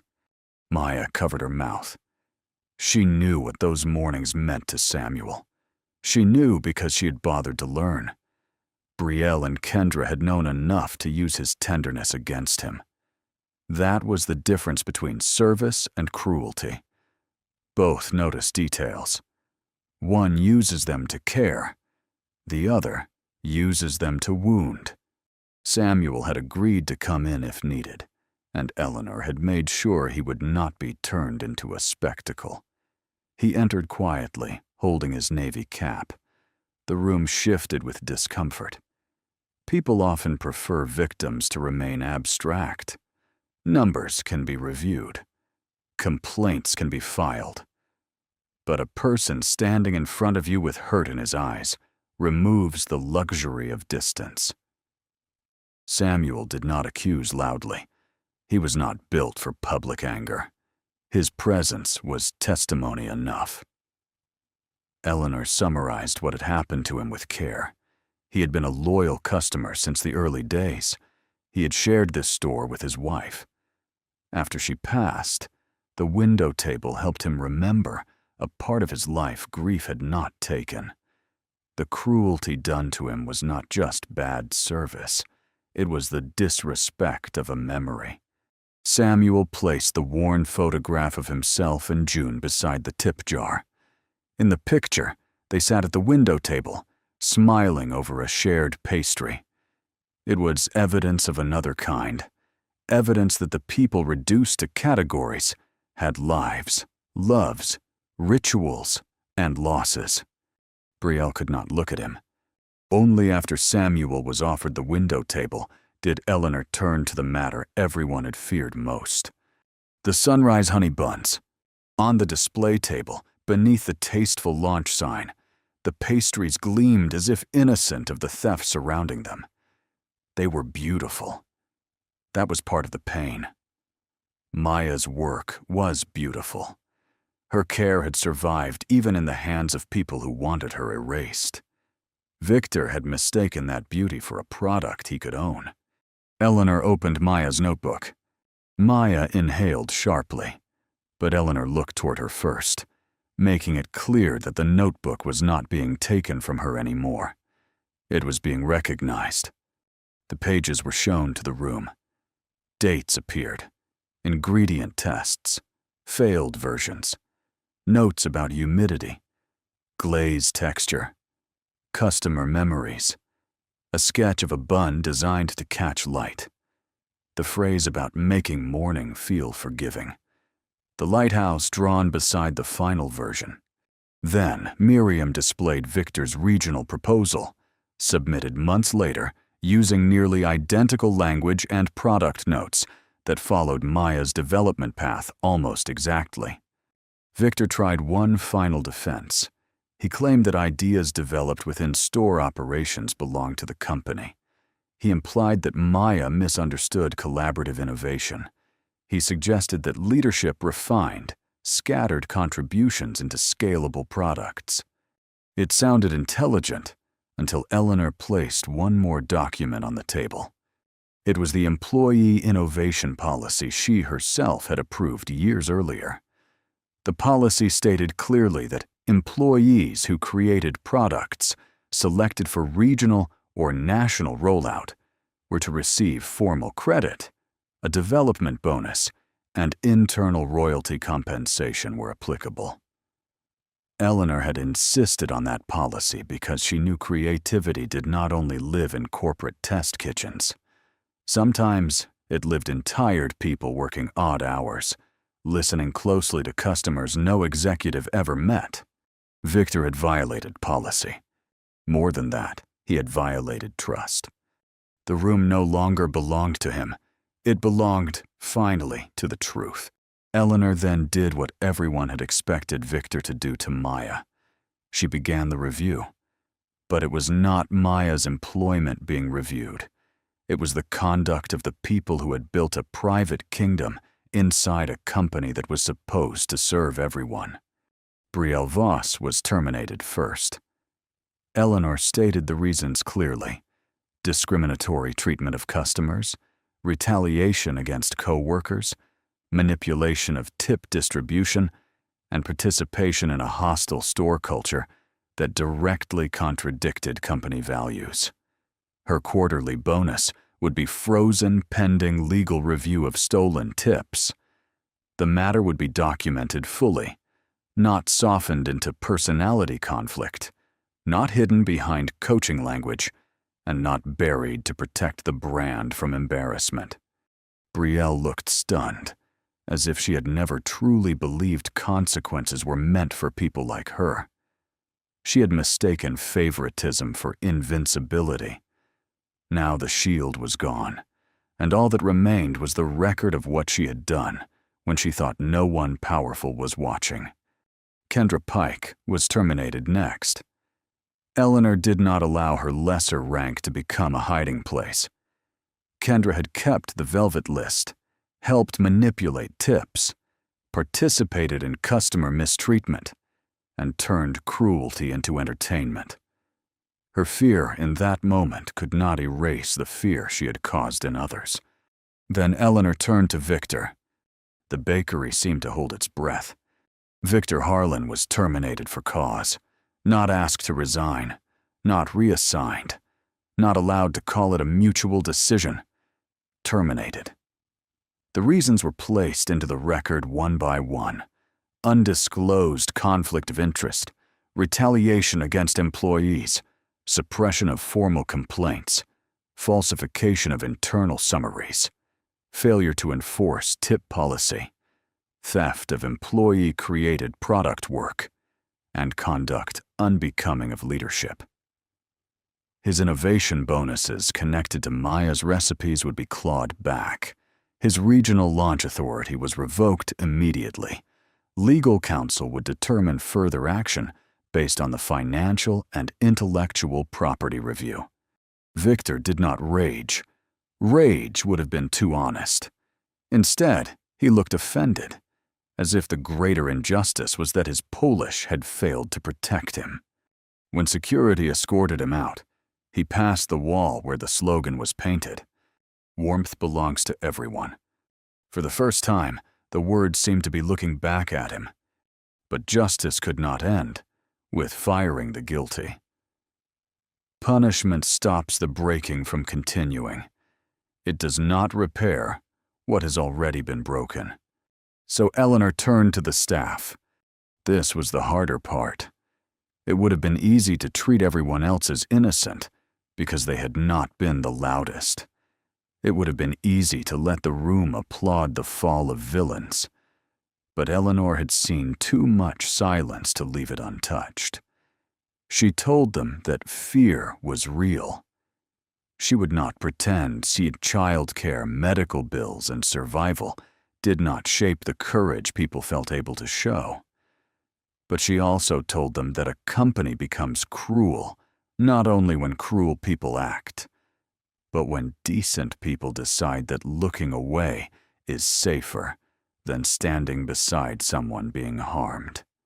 No one was fired for being afraid that morning, but no one was allowed to call fear a virtue. Hearth and Hollow would retrain the flagship from the ground up. The regional complaint process would be removed from manager control. Employees would receive direct access to an independent ethics channel. Tip distribution would become transparent on every paycheck. Digital records would be visible to eligible staff. Camera outages during cash handling would trigger automatic review. Undisclosed family reporting relationships would require immediate investigation. And every employee, from the front counter to the dish station to night production, would be treated as part of the guest experience, because the warmth customers feel in the morning often begins with someone unseen working in the dark. Then Eleanor faced Maya. For a moment, the founder of a 58-store company seemed less like a CEO and more like the little girl who once sat near a restroom with her mother, promising herself that someday she would build something kinder. She apologized, not with the easy apology of a public statement, but with the weight of a person taking responsibility for a system built in her name. She admitted that she had allowed reports to replace listening. She had allowed growth to create distance. She had believed the promise because she had written it, when she should have been checking whether others were living it. Maya did not know what to do with the apology. People who have been dismissed for too long sometimes struggle to receive recognition without bracing for the cost. Her eyes moved from Eleanor to the notebook, then to the honey buns in the case, then to the staff who had watched her be corrected, reduced, and nearly erased. Eleanor announced that the national rollout would continue, but it would be corrected. The Sunrise Honey Buns would launch under Maya Reyes's name. Every menu board, training document, product story, and marketing asset would identify her as the creator.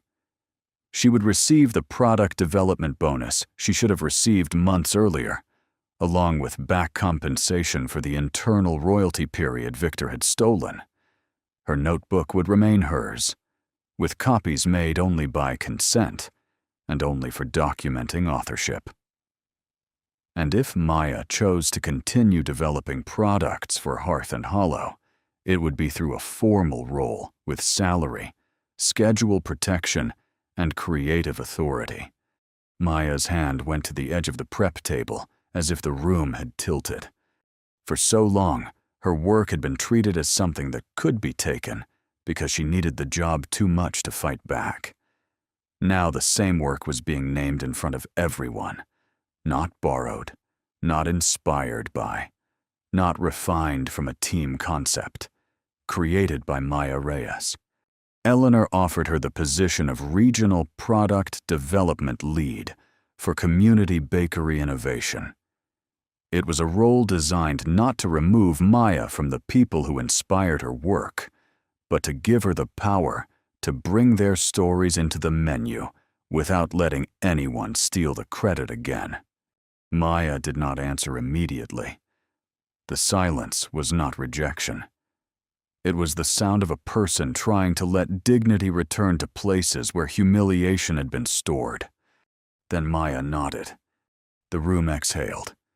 It would be tempting to say everything changed in that instant. Stories often like clean turning points, but real healing is rarely so neat. The employees who had stayed silent did not become brave all at once. The customers who had been wounded did not magically forget. Maya did not walk out untouched by what had been done to her. Eleanor did not forgive herself simply because she had finally acted. Justice can open a door, but people still have to walk through, carrying the weight of what came before. Yet something real did change. Eleanor reached for the blue tip jar. She peeled away the yellowed paper Brielle had taped across it.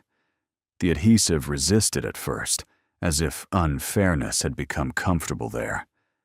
Then the paper tore free. Beneath it, the original words appeared in Maya's careful painted lettering. For everyone who keeps the light on. No one clapped. It would have felt too small, too theatrical. Instead, the staff stood in a silence that finally had respect inside it.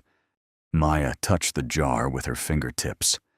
The lighthouse she had painted years earlier looked imperfect and beautiful, its beam stretching across the curve of the ceramic. She had made it after putting her daughter to bed, during a time when she still believed the store could become a shared place. That belief had been mocked, covered, and nearly broken. But it had not been erased. The repairs began that week. Every underpaid employee received corrected tip payments, covering 14 months, with interest. For some, it was a few $100s.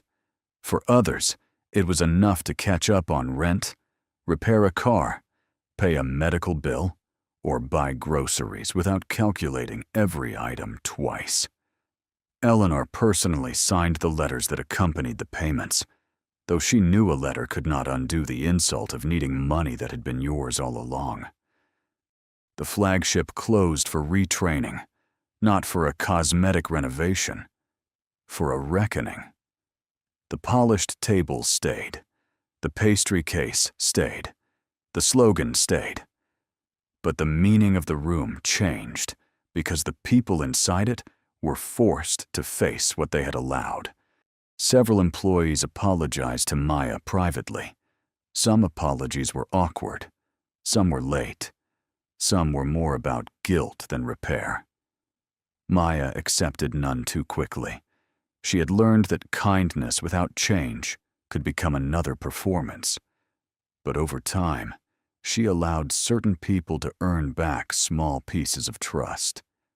The junior cashier who had once stayed silent began arriving early to help night staff transition into morning service.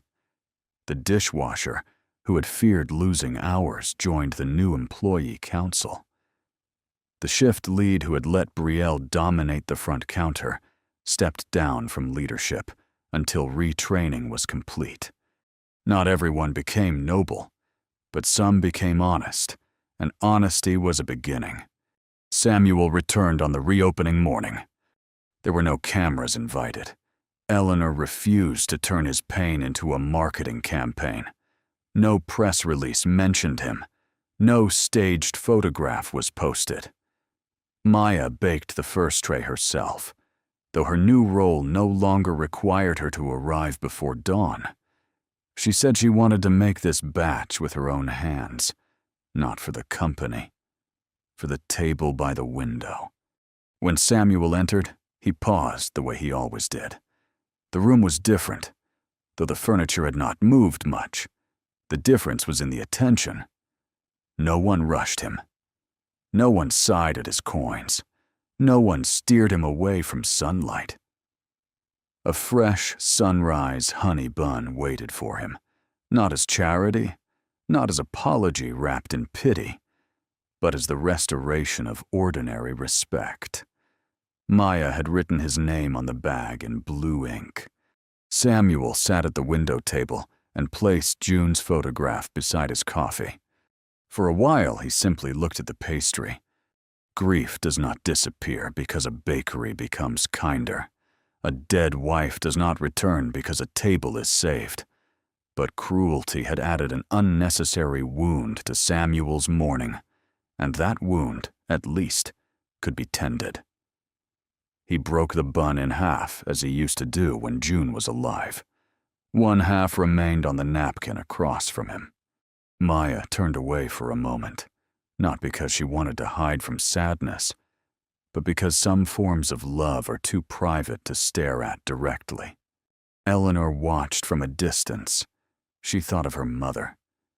She thought of that winter bakery. She thought of how easily a child's wound had become a company, and how easily a company had almost become the very thing that caused the wound. That was the danger of success. It could make people forget that every polished system began as someone's answer to pain. Maya's new work changed Hearth and Hollow slowly. She did not create products by chasing trends. She listened. She visited night crews, bus depots, hospital break rooms, laundromats, early morning markets, and stores where employees had spent years believing their ideas did not count. She asked workers what they ate when no one saw them. She asked widows what food reminded them of being loved. She asked parents what they bought when they had enough for only one treat. From those answers came pastries that did not feel invented by a committee. They felt remembered into being. The first menu under Maya's leadership kept the sunrise honey bun in its place, but now the menu card carried her name clearly. Created by Maya Reyes, some customers barely noticed. Employees noticed most of all. In break rooms across the region, bakers who had spent years believing ideas only counted when managers repeated them began writing things down. Dishwashers suggested waste-reducing fillings. Baristas proposed pairings based on regulars they knew by heart. Prep workers shared family breads. The company discovered that creativity had never been scarce. It had only been ignored. Eleanor changed, too. She stopped trusting beautiful reports without ugly questions. She visited stores without warning, not to frighten people, but to listen before language became polished. She created a monthly founders table where employees from any level could speak without regional managers in the room. She tied leadership bonuses not only to revenue, but to staff retention, complaint resolution quality, tip transparency, and customer dignity. Some executives resisted the changes quietly. They worried about cost, complexity, exposure, and risk. Eleanor reminded them that the greater risk had already walked through the flagship wearing a raincoat and carrying coins. A company that cannot survive honesty does not deserve protection from it. As for Victor, Brielle, and Kendra, their consequences continued beyond that Monday. Victor lost his innovation bonuses and his reputation for calm excellence. Once the stolen labor and borrowed language were removed, there was little left behind his polished vocabulary. Brielle learned that charm and family protection could open doors, but could not keep them open after trust was gone. Kendra learned that cruelty enjoyed in groups can still be accounted for individually. None of them were destroyed for entertainment. They were simply made to live in a world where the consequences they had given others finally reached them. That was poetic justice, not because it was dramatic, but because it was exact. They had made people feel unwelcome, and they lost their place in the company. They had stolen tips, and the money was taken back. Victor had erased Maya's name, and his own name was removed from the launch he had tried to claim. Brielle had covered the lighthouse on the tip jar, and now the whole company saw what she had tried to hide. Months later, on a cold morning much like the one that had first brought Eleanor's mother into that old bakery decades ago, the flagship store filled before sunrise. Not with influencers, not with investors, not with people chosen for how well they matched the brand. It filled with bus drivers, nurses, office workers, parents, delivery riders, retirees, students, and construction crews warming their hands around paper cups. Some paid with cards, some paid with cash, some counted coins. No one behind the counter made them feel smaller for it. Maya stood near the pastry case, no longer hidden in the back unless she chose to be. Her daughter Lucia had come in before school, wearing a backpack nearly half her size. She pointed at the menu where her mother's name appeared beneath the sunrise honey bun. Children understand recognition more purely than adults do. To Lucia, those words meant her mother had made something beautiful, and the world had finally admitted it. Eleanor watched Maya lift her daughter so she could see the lighthouse tip jar on the counter. The original paint had been sealed to protect it, but its imperfections remained. The beam was uneven. The letters curved slightly. The blue glaze had a tiny chip near the base. No designer would have approved it as a national brand asset. That was why Eleanor loved it. It was not perfect. It was true. Samuel sat at the window table, his coffee steaming beside June's photograph. No one rushed him. No one treated his grief as an inconvenience. Sometimes Maya sat with him for a minute before her meetings. Sometimes they said very little. Warmth does not always need many words. Sometimes it is simply allowing someone to remain where love once found them. The slogan on the wall stayed the same: Warmth belongs to everyone. But after everything that happened, those words no longer felt like paint. They felt like a responsibility renewed each morning by the people who unlocked the doors, mixed the dough, wiped the tables, counted the tips, and chose how to see whoever walked in next. Because cruelty rarely enters a workplace wearing a monstrous face. Sometimes it wears a clean apron and a practiced smile. Sometimes it speaks in policy language.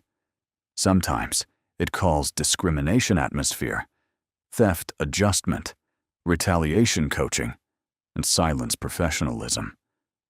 And kindness, real kindness, is not proven by how warmly people treat someone powerful. Anyone can smile upward. Character is revealed in how people treat the tired woman with coins, the old man with a photograph, the night baker with flour on her sleeves, and the worker whose name is not printed anywhere yet. Eleanor learned that a company can lose its soul one small permission at a time, one ignored complaint, one stolen idea, one cruel joke, one old pastry handed to someone deemed unworthy of fresh bread, one manager who protects family instead of truth, one room full of people who see harm and decide silence is safer. But a soul can also be recovered. One honest act at a time, one complaint finally read, one notebook protected, one tip jar uncovered, one name restored, one table returned to a grieving man, one worker reminded that the light she kept burning in the dark was seen after all. Maya did not become important on the day Eleanor revealed the truth. She had always been important.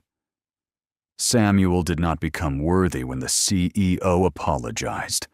He had always been worthy. The night staff did not become part of the guest experience when policy finally recognized them. They had always been part of it. Justice did not create their value. Justice only forced the company to stop denying it. And maybe that is the lesson worth carrying beyond one bakery, one counter, one stolen recipe, or one hidden notebook. Kindness is not a slogan on a wall. It is not a polished logo, a seasonal campaign, or a sentence printed on a cup. Kindness is what remains when no one is filming, when the customer has no influence, when the employee has no protection, when the complaint would be easier to bury, and when doing the right thing costs more than saying the right thing. So the next time you stand in line and see someone being treated as if they do not belong, remember Samuel at the window table. Remember Maya in the night kitchen. Remember the old blue tip jar with the lighthouse painted on it. And remember that silence may feel safe in the moment, but it always helps someone build a darker room. If you believe every hardworking person deserves to be seen, leave a like and tell us in the comments. Would you have spoken up if you had been standing in that line?